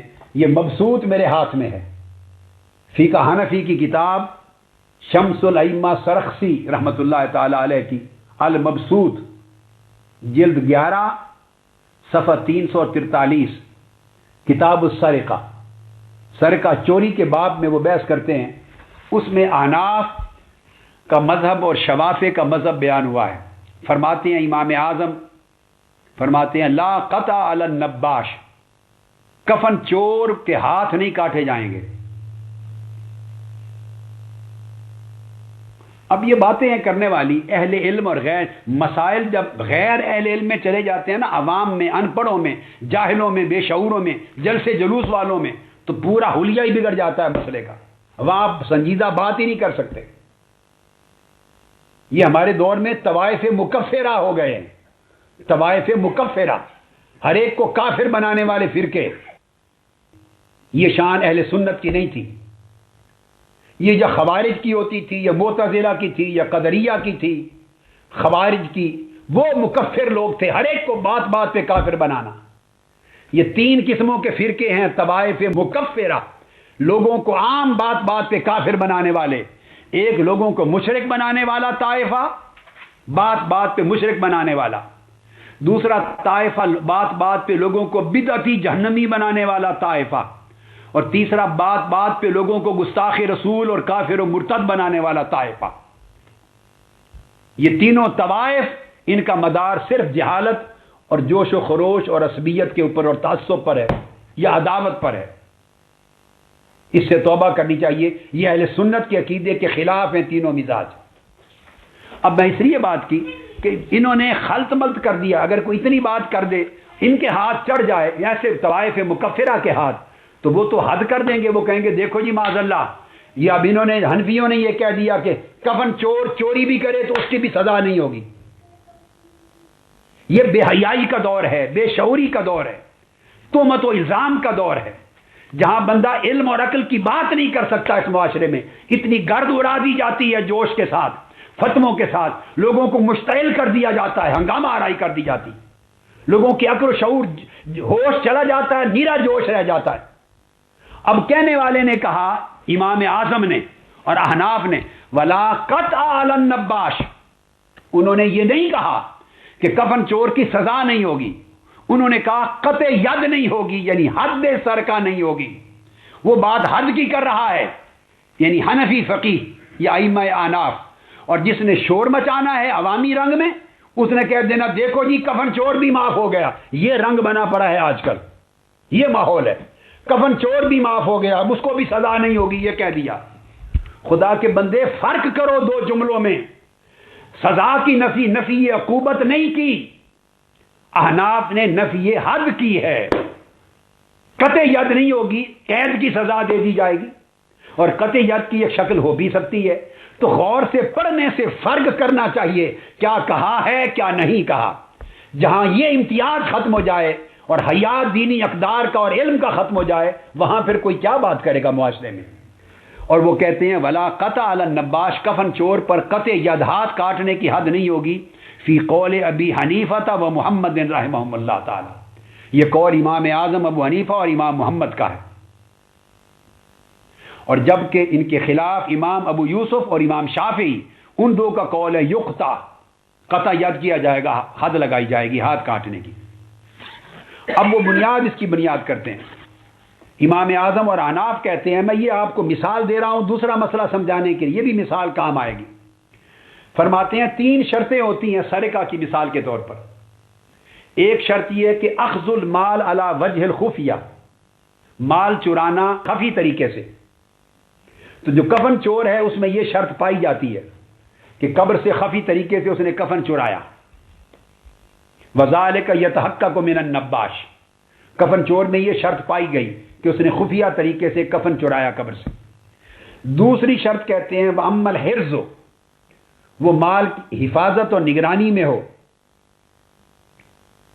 تو ائمہ احناف کہتے ہیں کہ حرز بھی ثابت ہے کہ جب قبر کے اندر کفن پڑا ہے میت پر, قبر بند کر دی گئی, تو اس سے بڑی حفاظت نگرانی اور کیا ہوتی ہے.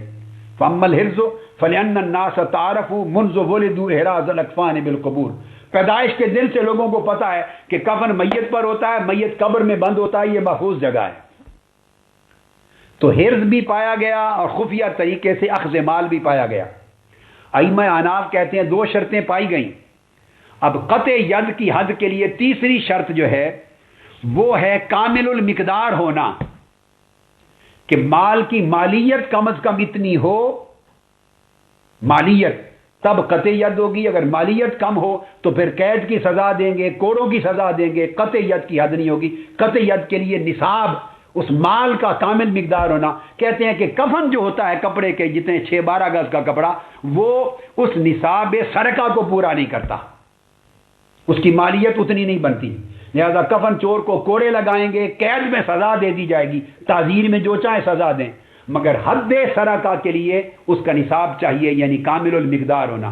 اب کامل مقدار نہ ہونے کی وجہ سے 2 شرائط پائی گئیں. ایک شرط مفقود تھی, اس کی وجہ سے انہوں نے نفی حد کر دی, نفی تعزیر نہیں کی. آپ نے دیکھا یہ ہے طریق فقہا, یہ ہے فقط عقوبت کا معاملہ. کافر نہیں بن رہا وہ شخص, قطع ید ہو رہی ہے.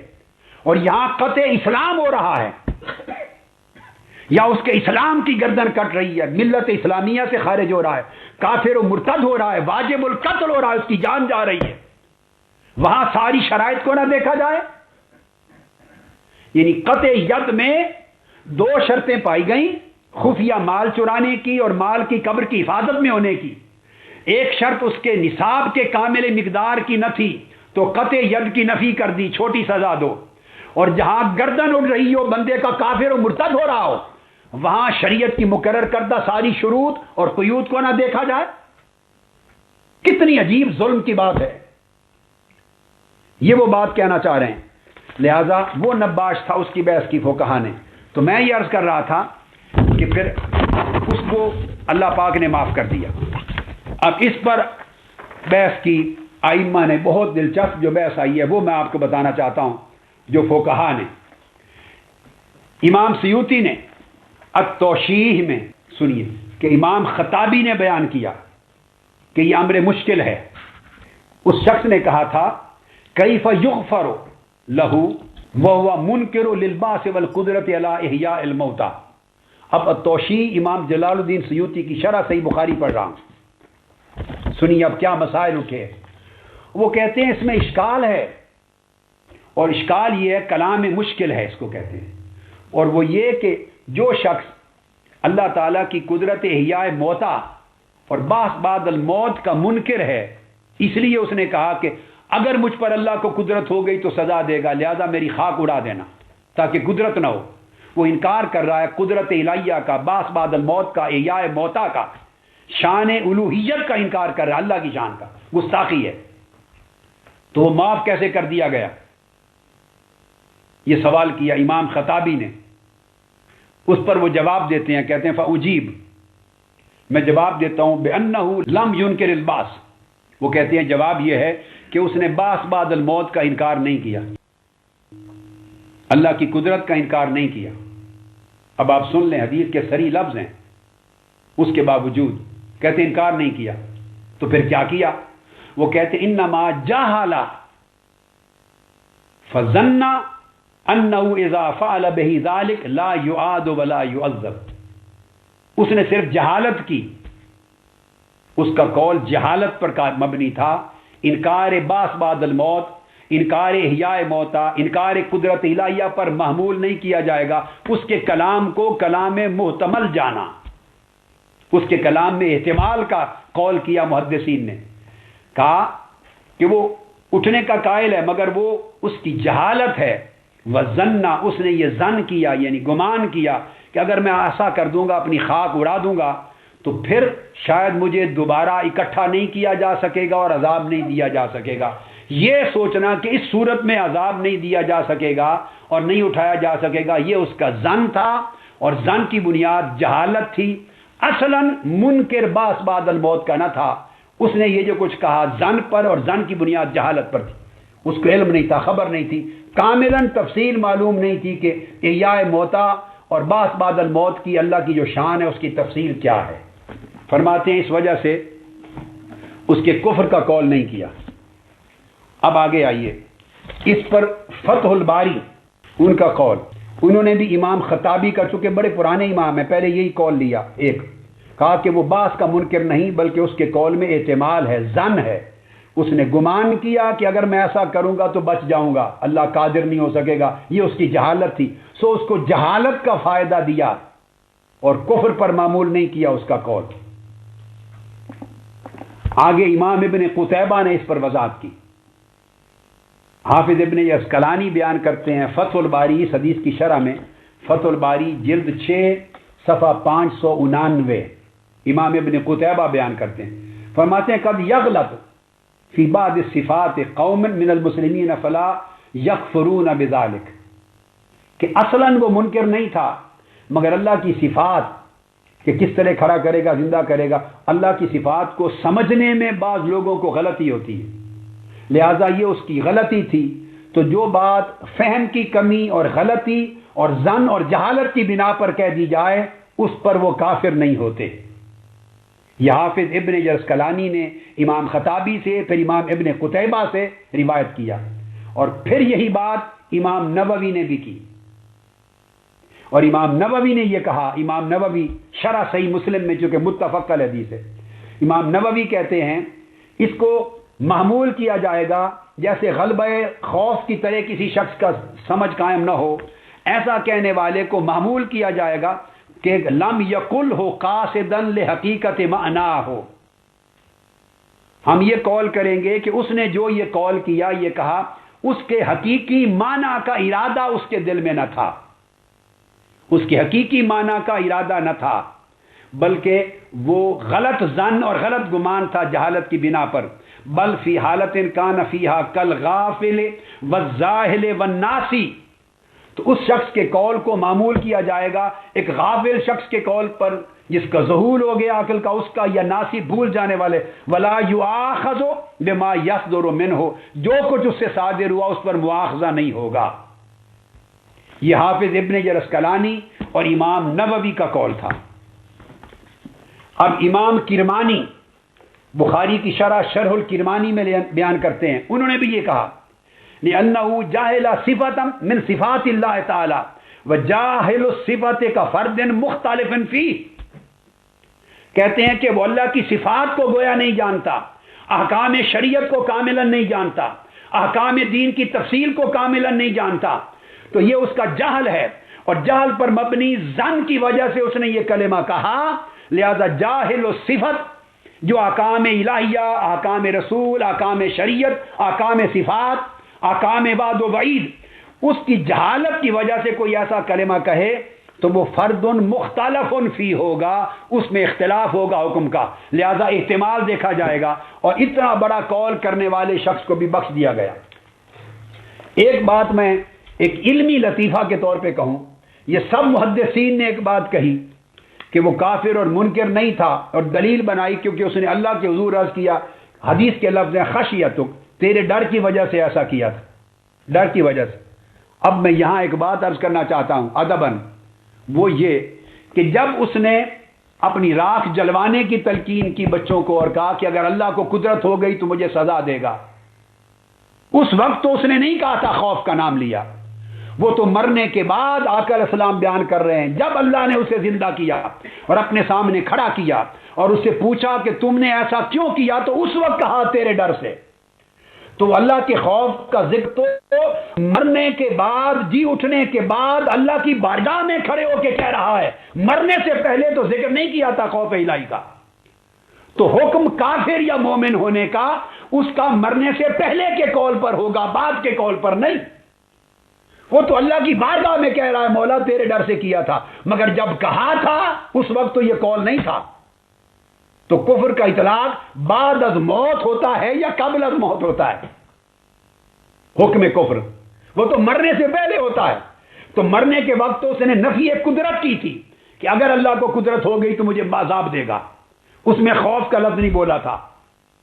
تو اب آپ اندازہ کریں محدثین اور ائمہ کا عقیدہ اور ایمان کی وسعت کا عالم یہ ہے کہ مرنے سے پہلے اس شخص کے ایمان کا احتمال بھی اس کے قول میں ثابت نہیں ہوتا، فقط انکار قدرت الہیہ ہے صرف۔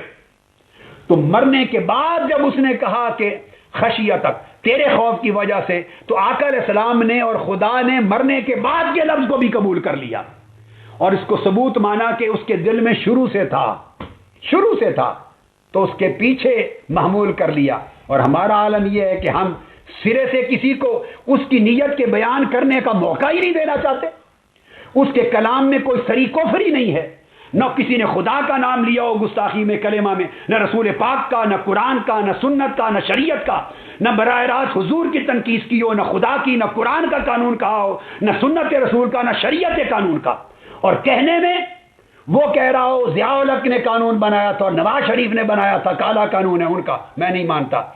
اب وہ جھوٹ بول رہا ہے یا سچ؟ حاتب بن ابی بلتہ کے مطابق سنت مصطفیٰ پر عمل کیا جائے گا، چونکہ اس نے کہہ دیا اس کے قول پر عمل کیا جائے گا۔ آقا علیہ السلام کی اس حدیث پر اس نے کہہ دیا کہ تیرے ڈر سے یہ کیا تھا، تو وہ انکار قدرت الہیہ کو نہیں دیکھا جائے گا، احتمال ایمان کو دیکھا جائے گا۔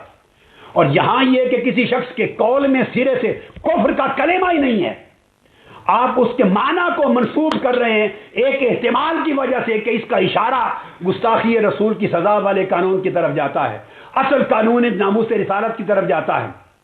وہ قانون ناموس رسالت کا بھی نام نہیں لیتا ایک شخص، یہ لفظ نہیں ہے، میں آگے سارے کلمات پڑھوں گا آپ کے سامنے۔ خواب اس نے بقول آپ کے بدنیتی سے نام نہیں لیا یا نیت سے نام نہیں لیا، نیت، قصد اور باطن اللہ کے ہاں ہے، یہ شریعت محمدی کا قاعدہ ہے۔ جو اس نے کہا اس کے قول پر فیصلہ ہوگا، اس کے کلمات پر فیصلہ ہوگا۔ اگر آپ نیتوں میں اور دل کے حال میں فیصلے کرنے لگیں تو پھر تو ساری شریعت آپ مٹا کے رکھ دیں گے، اور آقا علیہ السلام کی عمر بھر کا حال، اور جن جن کو آقا نے قتل کروایا ان میں احتمال کوئی نہیں تھا، ان کی سری گستاخی رسول تھی اور مسلسل گستاخی رسول تھی، وہاں احتمال نہیں تھا۔ جہاں میرے آقا کو احتمال ملا وہاں پوچھا ہے اور چھوڑ دیا، جو واقعات قتل کے ہیں وہاں احتمال کوئی نہیں تھا۔ دوسرا، اب یہی بات امام عینی نے کی جو حنفی امام ہیں، صحیح بخاری کے شارح حنفی امام عمدۃ القاری صفحہ 233 میں امام حنفی نے کی، اور وہ بھی کہتے ہیں کہ انما، کہتے ہیں اس کو منکر نہیں کہیں گے اس شخص کو، بلکہ انما رجل جاہل، لفظ سنیے۔ اب آج بے علم لوگ یہ کہتے ہیں کہ کون جاہل ہے؟ نہیں ہے، ہم نہیں مانتے، کس کی نیت کیا ہے ہم نہیں مانتے، اس کے دل کا اشارہ کیا، یعنی یہ سارا کچھ، یہ ساری بحثیں شریعت کے خلاف، سنت مصطفیٰ کے خلاف، حدیث رسول کے خلاف، قواعد فقہ کے خلاف اور ائمہ مجتہدین کے اقوال کے خلاف۔ مذاق ہے دین، جو طبیعت میں آ جائے کہہ ڈالیں اور پوری امت کو سرا پہ لگا دیں۔